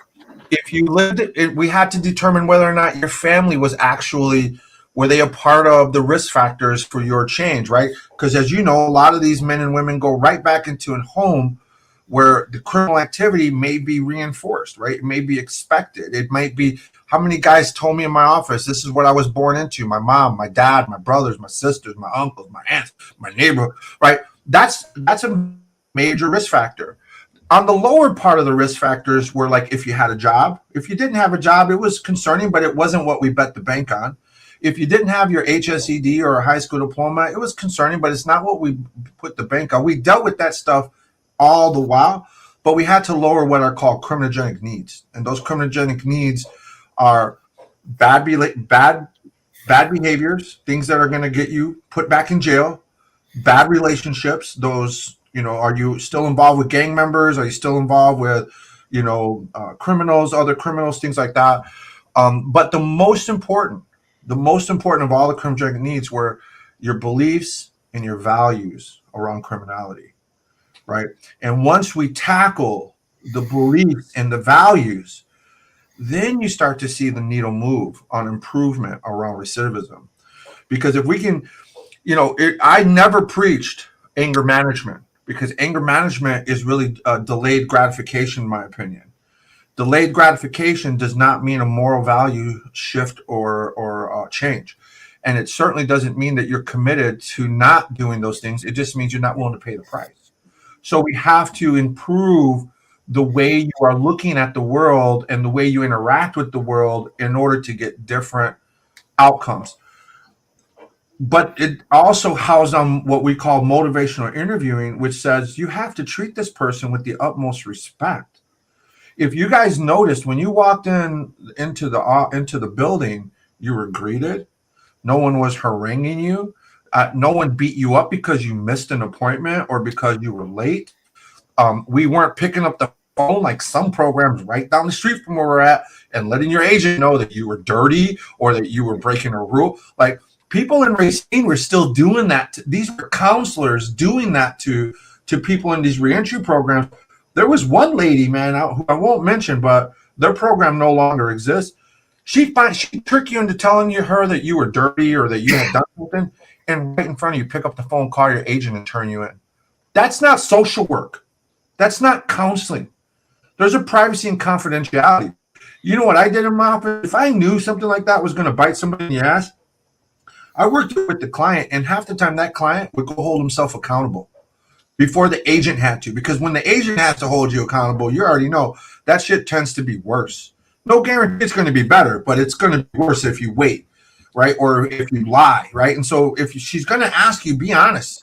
Like, it's your best chance, because then they're going to see that the program's working. They're going to see that you're able to engage differently. That was one of the other rules we got at state level change. No one was going to go back to prison simply because they had a dirty UA, right? And you might still go to jail for a weekend. You might have to stay in there for a week, but they're not going to revocate you simply based on the fact that you got a dirty UA or that you were drinking again, right? That's on our end was implying that we need to have more compassion, we need to have more empathy, more understanding, and you need to do more around the treatment of that rather than just incarcerating that. Right. And if you notice, I have never discharged a client for bad behavior. If a client got removed from the program, it's probably because they did something themselves that automatically like get locked up. Yep. Right? Go back to prison. But we remove, even from the policies, I took out the fact that we were going to discharge people for bad behavior, so to speak. Right? We just made a program that basically said you're welcome here under any circumstance, and like a lot of 12-step groups talk about, we'll take you as you are. Right? If you're fucked up, if you're still out there, you're still using, we're going to work through that. But I'm telling you, the clock is running out on you if you continue to do that. One of our boys who we know from FA was like, Sammy, I'm ready to go back and do my 7 years. Fuck this group. Fuck this program. And 45 minutes later, he was like saying, all right, I'm going to come to group, even if I'm dirty. You know, Yep. I'm gonna stop using, even if it's just for right now. Because I was like, even if it's for right now, bro, that'd be smart. You know, you can always pick that shit up later, but you know, you got 2 kids. You don't need to go back to prison. Like we were actually helping people think their way through things, supporting them through these things. But we also needed the community. You know, we changed that whole community. You know, I turned it into a circle. I don't know if any of you were there, Jim. You might have been at one of these meetings where the federal agent in charge of our region and the federal district attorney, who was a Republican appointed by Obama, was in the circle. Washington was his name. Talking about, I used to come to these meetings and tell you what I was going to do to you. Now I'm at these meetings trying to figure out what I can do for you. Right? Yeah. All of this was substantial change. Right? It was substantial. A reordering of the paradigm, a reordering of the way we talk about so-called offenders and reentry. If you treat people like they're human beings, especially at their worst, guess what? You raise the bottom for them, and a lot of them start to trust you and rely on the interactions that you're having, right? Like, for those of you who are assholes who never wanted to come back, you guys sure came back because we made it easy for you to come back, right? Like, straight. And that's what worked for me in my former days when people were working with me. Because if you were an asshole to me, good luck getting that rock to move, because it ain't moving, right? And I'll fucking take your whole prison down before you get an inch from me. Right. But then those people who knew how to fucking just be a person to me could get just about anything they want out of me, man. See, Sammy, that's the point that I was hitting on, okay? And I'm glad that you came in. I don't know how much of this you saw beforehand, but you in particular, right? Your influence, your teaching style, your personality, your vibe, right, is helped to shape the social worker that I'll be. Okay. The way that, you know, to validate and use empathy and use kindness and compassion. And I'm telling you, as I'm going through my coursework now, I don't fucking see it. Okay. So what I was saying to Monty, and the reason we got on the reason I brought up the Second Chance program was that little group meeting, you know, the reentry, you know, the person first came out, is why don't we as a community do that, or some form of that? Bring a person down to Monument freaking Square and buy them an ice cream at the shop. Is welcome home. Walk around and introduce them to local business people. Hey, look at this great guy. He's made all this effort, and here he is, or she is, as the case may be. You know, and the thing that you have a magic, Sammy. Because look at the 3 of us sitting here, right? My face like the fuck sticks out here. Okay, Man, Felicia. Sammy, sitting in your classroom, right? You caught me. You brought me in. As a matter of fact, I challenged you, which is how me and Xavier became friends. And we're still friends to this day, who, by the way, is in his master's of social work. Nice. So what needs to be shared and what we need to teach our kids, and I know that you are, and I'm sure that Monty is, right? I struggle, okay? But to carry that vibe over, you know, that empathy and that compassion, so that as they come up in the community, they can continue to perpetuate that. You know, and I think where, like what I'm talking about, maybe just a small group of us in the community, even if it's just reentry that we start with, you know, to pull the community together. Because, well, I don't know if you heard or not, but what I was talking about was the divisiveness, you know, all the way from half the country being red and half the country being blue to the neighborhoods in Racine. neighborhoods in Kenosha, even the Mhm. neighborhoods out here in Salem where I'm at. There's divisiveness. And I think that's what we need to overcome and restore some of that unity to our communities, because the legislature is not going to do it. They are not going to do it.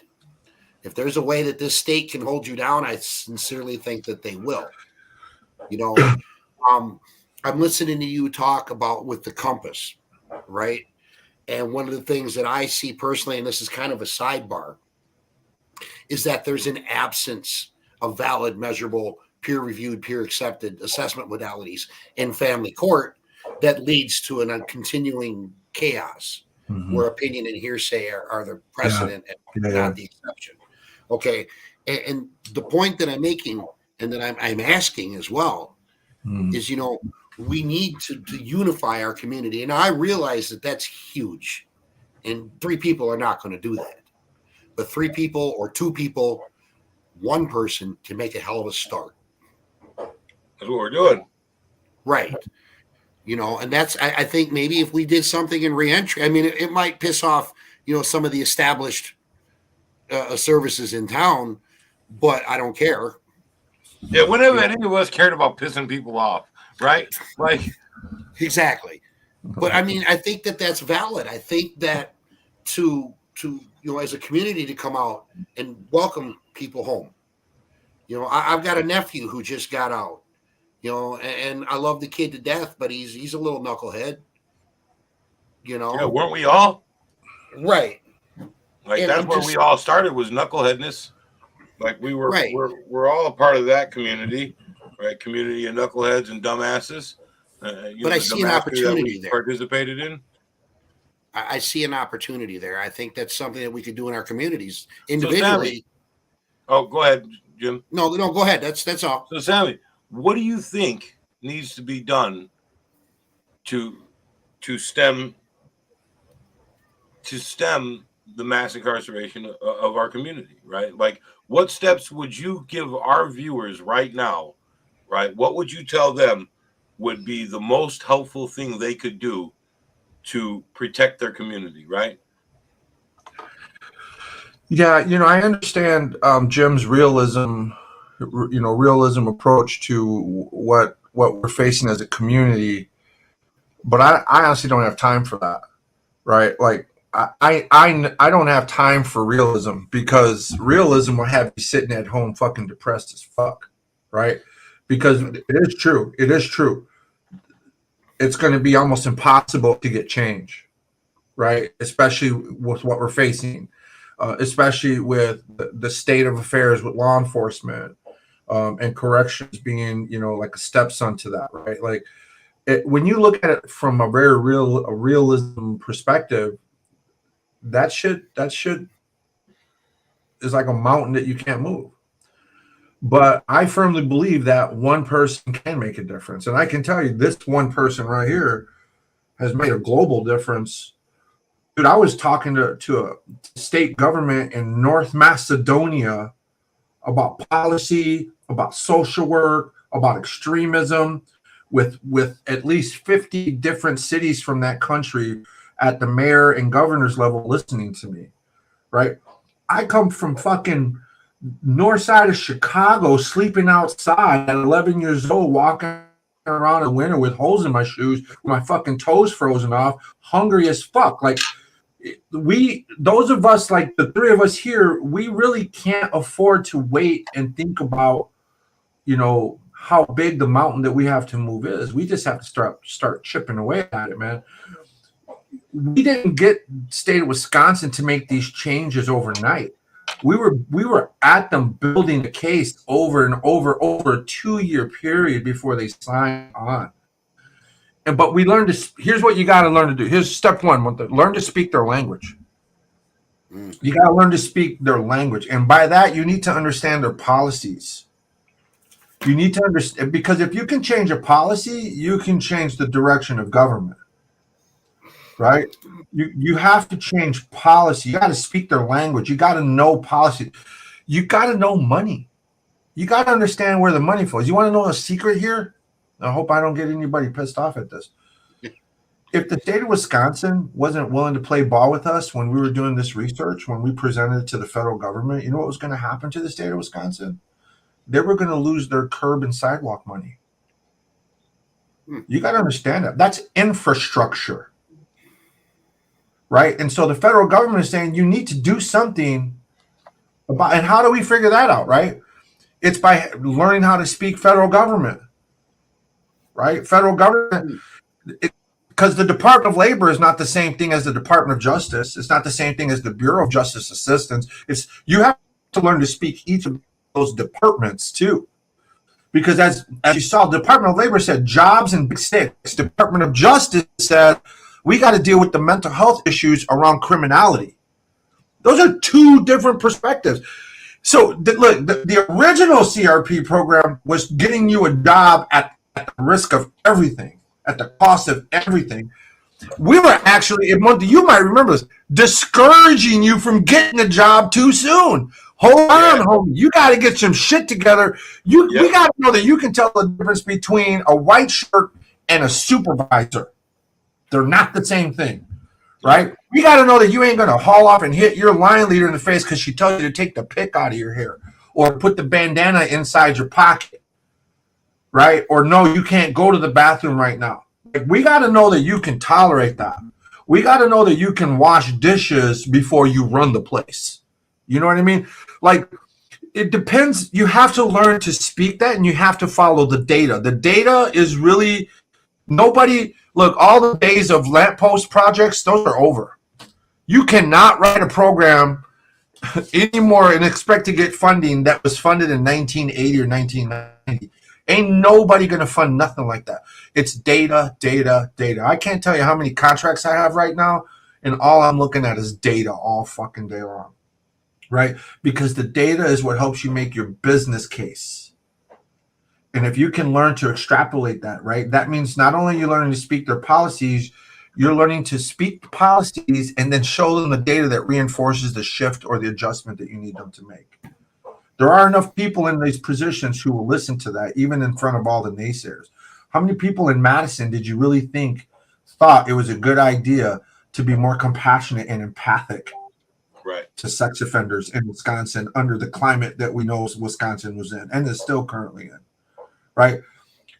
But you know what's underneath policy? You know what's underneath department? Is their money. Nobody wants to give up a piece of their pie, man. And so you have to help them protect their money. It's a little bit of robbing Peter to pay Paul, right? You're basically saying is not only can I protect your money, but if I lower recidivism from you, you know how much more money is back in your account? You know how much more money, that's the part of the data, right? $35,000 to house someone for 1 year in Wisconsin under the Department of Corrections rule, right? It's an average of $35,000. That's a salaried position, right? Costs you about $5,000 to put someone in treatment for a year. Think about that. So what if you keep them in treatment for a year instead of in your system for a year? That money goes back into your state budget. What are you going to do with all that money? Right? When you think 220 people in 3 years and only 6% of them went back to prison, how much money is saved at that level, right? Now, corrections doesn't like that, but corrections has to listen to the governor. Right. And if you're in good with the governor, he thinks that you have his best interest and you're going to make him look good in front of his constituents. He's got your back. But as soon as you fail, you're out, right? That's why there's always so much turnover and so much shift. But also you got to know how to shift with the shift with the winds, man. Your sales have to shift. When I left RVM, those sales were shifting, and I didn't like where they were going, so I bailed. I'm like, nope, I'm not going down that path with you guys. You know, not with RVM, but with the way the winds were shifting at the federal level. I wasn't with it, but as you guys know, you've seen the work I've been doing all this time. We're making a huge impact with people who think that there are truly a swath of our population right now who thinks that nobody can get through these people, and yet we're getting through these people. Hey, listen, I can't tell you how grateful I am for the work that you've included me in that, right? Like, for me, this is everything, right? Like being able to walk this path outside of just going to group, like, has changed me at a soul level, right?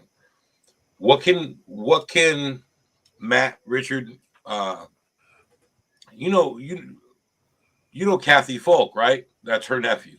So Kathy's nephew, he's Yeah. on here. Yep. What can Matt do right now to help his community, help the people who are coming home to his community? Because really, in the end, right, like Ocor's whole point as a program here on streaming is having our voices heard. How can we improve our communities without outside interference, right? Like, how can we do this? What steps do we need to take? Well, I think you got to show up, right? That's first of all. Um, you got to show up. Like a lot of people are afraid, especially in Racine, to come out of their homes and to show up, right? Like when shit hits the fan in Racine, a lot of people have been conditioned to go inside, close the doors, and close the curtains, right? That's not okay. That's not okay. Like it's risky, but it's risky. Even it's more risky to close your curtains and your doors and act like nothing's happening. Because eventually that shit's indiscriminate. That shit will make it into your door, regardless if you close or open it. Right? You're not safe just because you close your doors and your curtains. That's a myth. And why do I say that? There's research that shows that the vast majority of criminal activity will go away with supervision, with eyes out on the community. When people know that they will be held accountable, that you are not going to back down, right? People will find another block. Well, what happens when there aren't any blocks to go to? That's one. I think you got to show up and show up. And there's a lot of ways to do this because look, you and me know we're risk adverse, right? Like there's there's not a lot of risk that we're not willing to face no matter what the situation. And I know everybody isn't built that way. And that's not a blame. That's not a fault or a dish. There are a lot of ways to show up. You can pick up the phone, make an anonymous call to law enforcement. You can talk to your alderman. Like I had good relationships with the aldermen in my neighborhood, even though I didn't think they were doing much. I let them know I didn't know they think they were doing much. I'm like, if I vote for you today and I don't see you for the next 2 years, that's your last time I'm going to vote for you, and I'm going to let other people know that you're not showing up too. You know, like we have to hold our people accountable. I also made friends with the community police officers in my neighborhood, knew them by name, and made a point that they knew me by name, right? Because I want to have a relationship with them. When you have a relationship with your neighborhood police officer, it gives you an alternative to an arrest, right? Because that officer will help establish, a presence there with your feedback and know what to look for. And by his sheer presence is going to help suppress and move out some of that, but also kind of understand where the trouble spots are. Like, so people, there are a million ways to get involved. You could go to a reentry program and listen and find out what's there, see how you can contribute resources. Jim, I don't know if you remember this about the Second Chance program.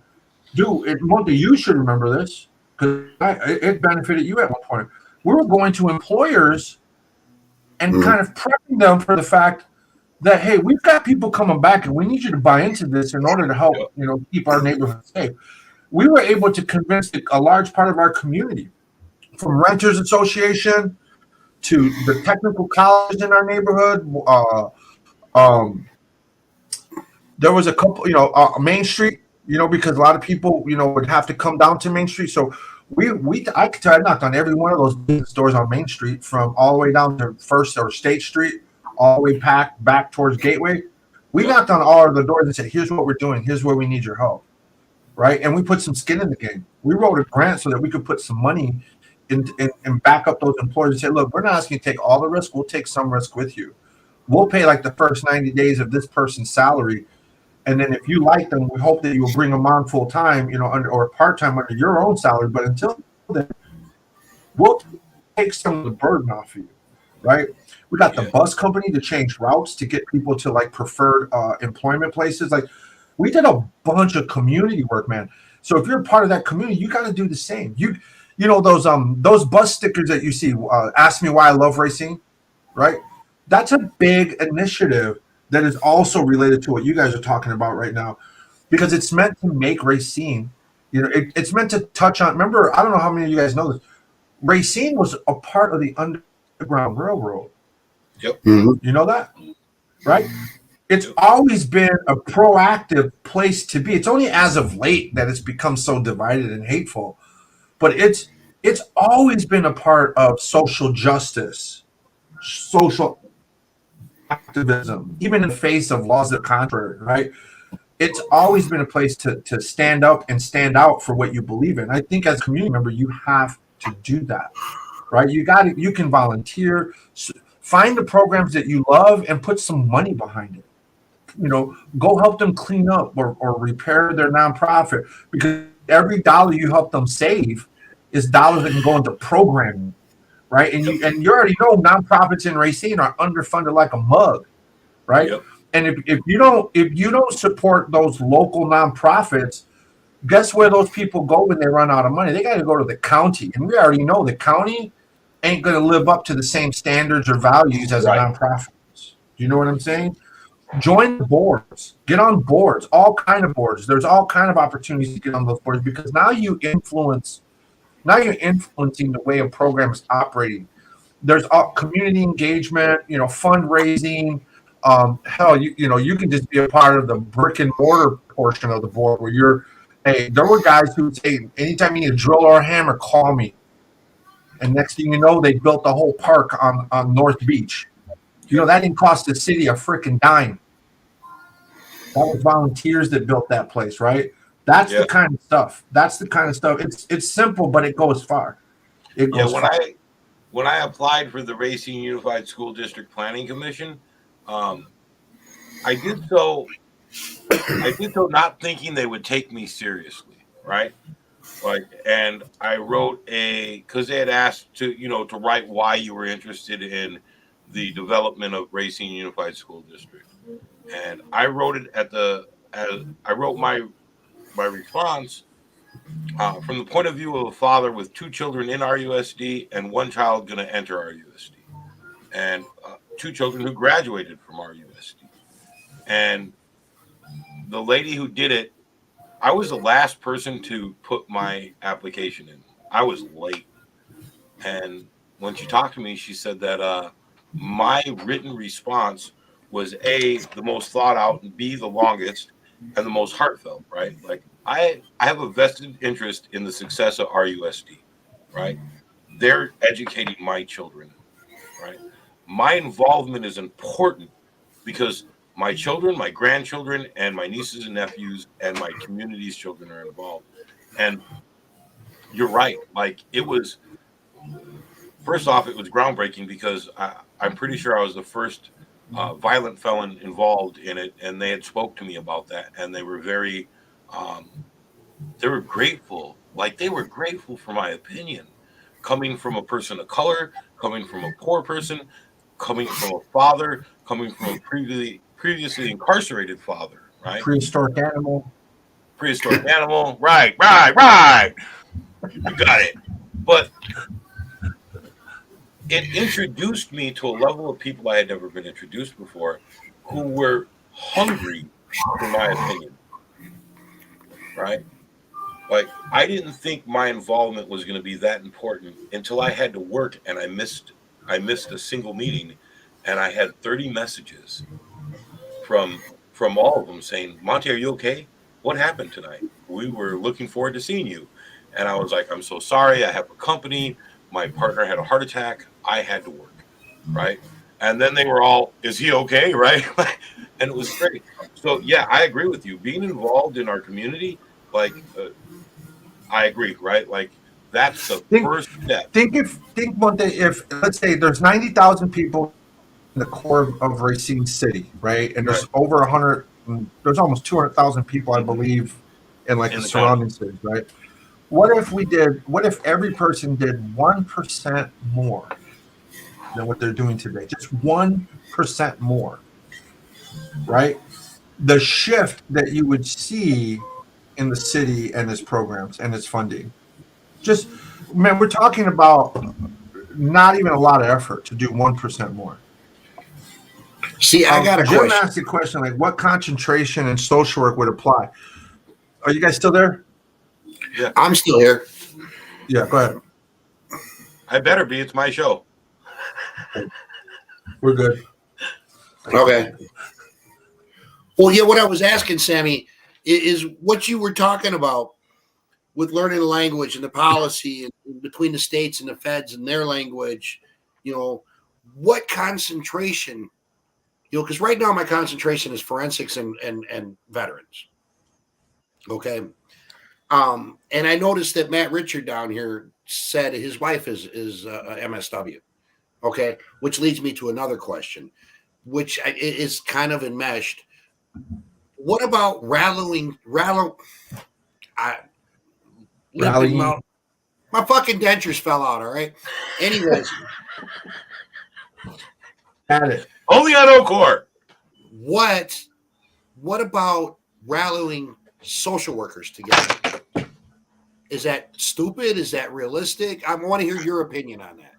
Well, first of all, I'm already connected here in Missouri, right? Like I'm already a part of the NSW here.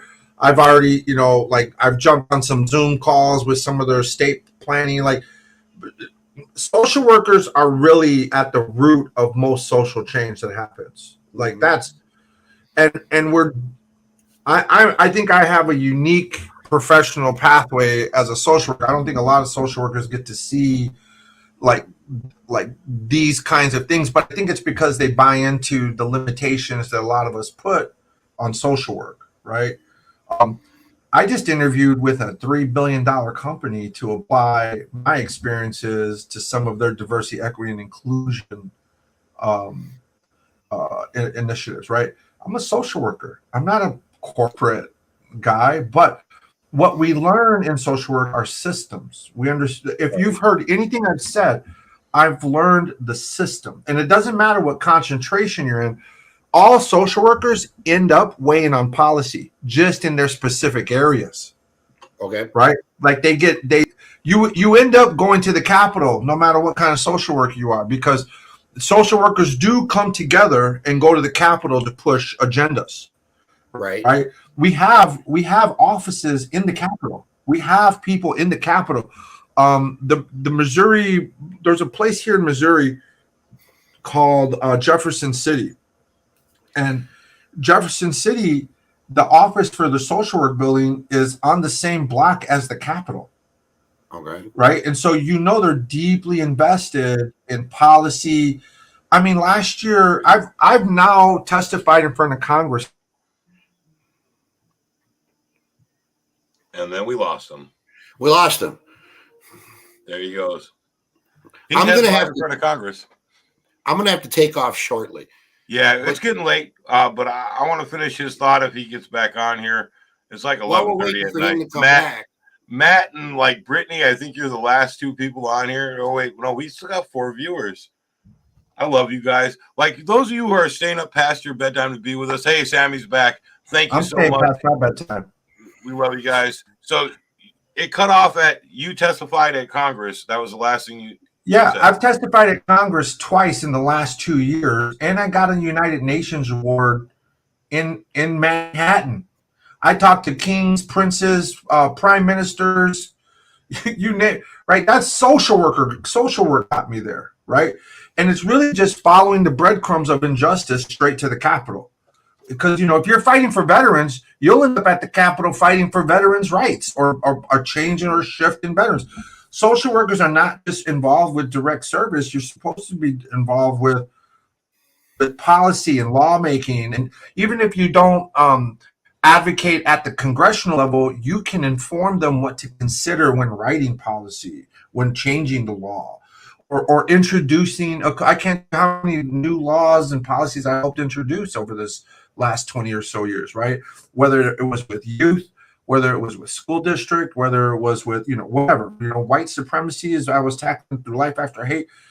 It's all about policies. And we're just sometimes saying, hey, take these things into account that you may not be thinking about, right? Here's a way to bring some justice to the policy. Here's a way to increase justice in this community. Listen to this voice. And what I found Congress really likes are those stories about individuals that kind of depict, like a case study, because I think it's through that lens that they understand how these things can really impact life, right? So it's not what concentration, whatever concentration you're in, is where you will probably end up taking on, policy and lawmaking. Like that. You're in veteran space, so I can't imagine you're not going to be doing things for veterans, so to speak.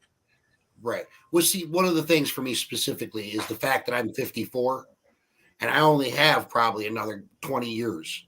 And so I don't give a shit about the facilities and the companies as much as I want to be an effective social worker. You see what I'm saying? And I So mean, I like my think you're, primary focus is family court, but my community as well because they're enmeshed. yeah, yeah, yeah.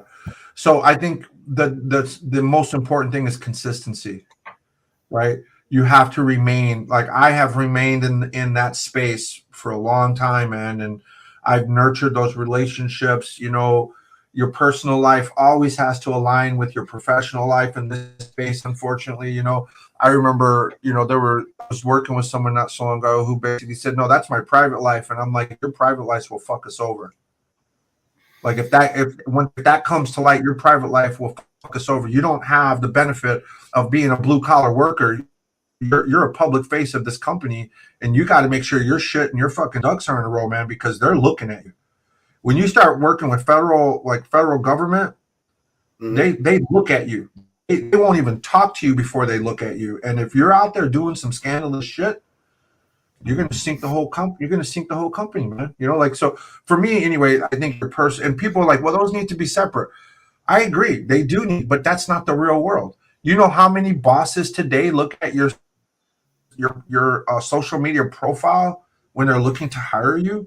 You know how many applications you're filling out today that says, give me access to show me the links of your social media, show me the links of your LinkedIn.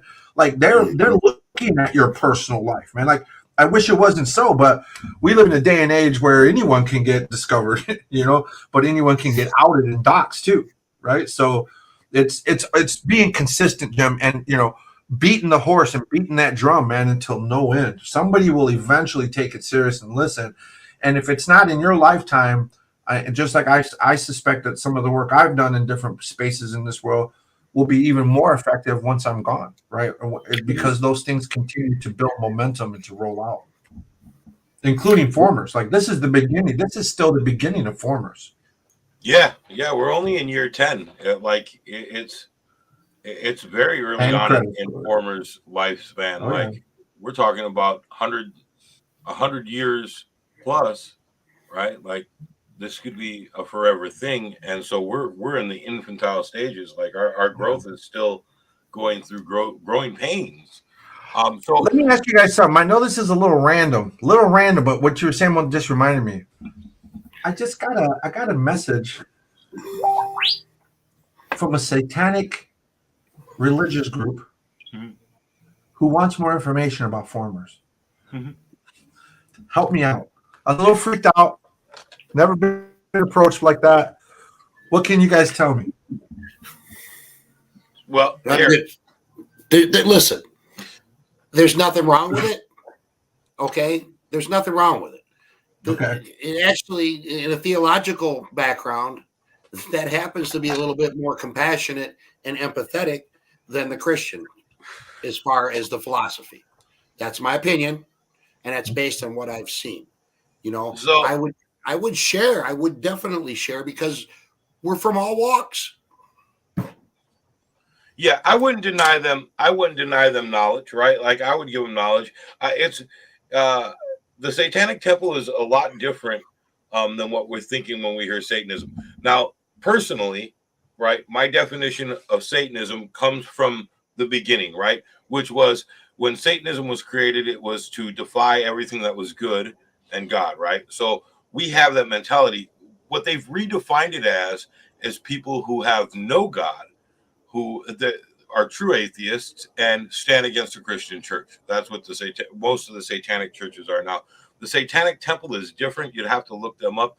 But do I think we should share FA with them? I think we should share FA with everybody, whether they're extremists, whether they're centralists, whether they're far right or far left.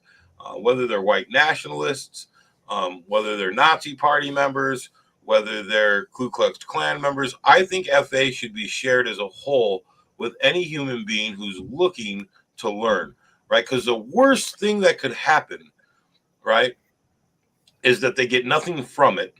And the best thing that could happen is it facilitates a change in their thought process, right? And it facilitates a growth in their maturation that leads them to a better life. So, although I don't support Satanism, I don't support hate, I don't support any like religious entity.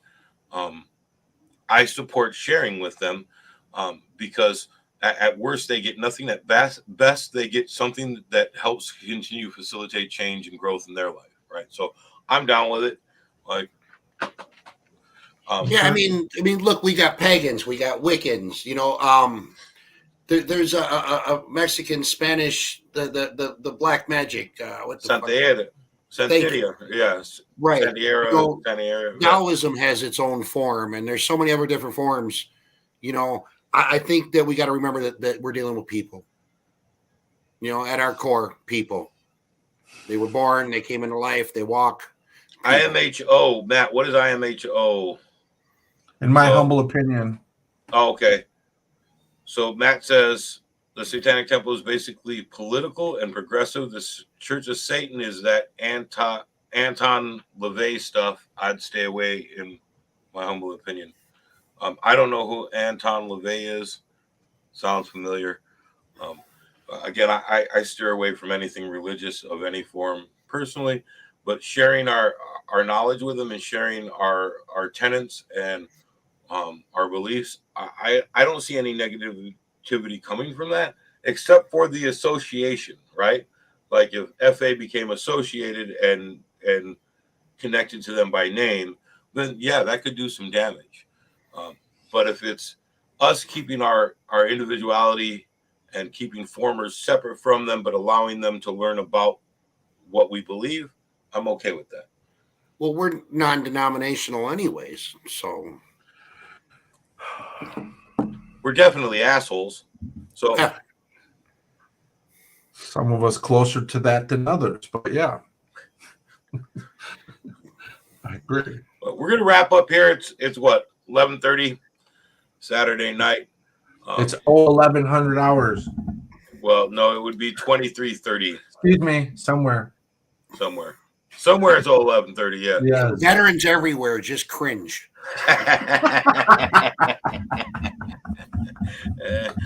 I'm good at that. Hey, Matt, I'm really glad to meet you, bro. And again, I love Kathy to death. She's been a huge supporter. I met her through here, and like I definitely love her opinions. She's always well spoken. I'm glad she sent the link over to you and you joined today. I appreciate that from her greatly. And I think I met her through Sammy. I'm almost positive Kathy was one of Sammy's friends who came through my feed. But I love her to death, and I appreciate your comments. And tell your wife we thank her for her work. And we thank you for your opinions, man. Glad to meet you too. So everybody, thank you, Sammy. Thank you, Jim. Man, I love talking to you guys, period. So like we could do this every night. I wouldn't give two shits. Like we could just get on here and have live open forums about whatever topic we wanted to, like the size of Sammy's head and the fact that he had to get 3 cameras and join them together to make one video of that big ass dome he's got. You know what though? I want to take a moment and thank Sammy for responding to my question, because not only did he answer my question, but he explained advocacy. Yeah. And I want to tell you thank you for that, Sammy. And I hope the folks that are watching, I hope they caught that. I hope they took notes. Iron sharpens iron, man. It's the way we do it. I mean, these are great questions for us to be asking, and I don't think you can ask that question enough. Like, it's social workers are really the fabric of change in this society, man. We're the only ones who really get this country to think about real things in a real way. And because there's so many of us all over the country, we have a voice. We have a voice, and we should use it. Whenever you get to the Capitol, go to the Capitol. What'd you say, Monte? That's what this show is about. When we created this, this was about making our voices be heard. Like, Yeah. I had never seen anything more poignant coming out of violence than when they spray painted the just demolished Department of Corrections, Probation, and Parole office and sprayed "Can you hear us now?" on the wall. Like, Yeah. this is what we're doing. We are spray painting the wall. Can you hear us now? And what's great about it is it's not just our opinions. It's the viewers who get to speak out and participate if they choose to, and leave their comments and give their opinion and really decide what direction our community is going to go in. Like, we can do this together. We can't do it alone. So, Yeah. all right, Facebook family and friends, YouTube, thank you guys for being with us tonight. We appreciate the support. We appreciate the interaction. We love you guys, and until next time, we'll see you later. Peace out, y'all. Good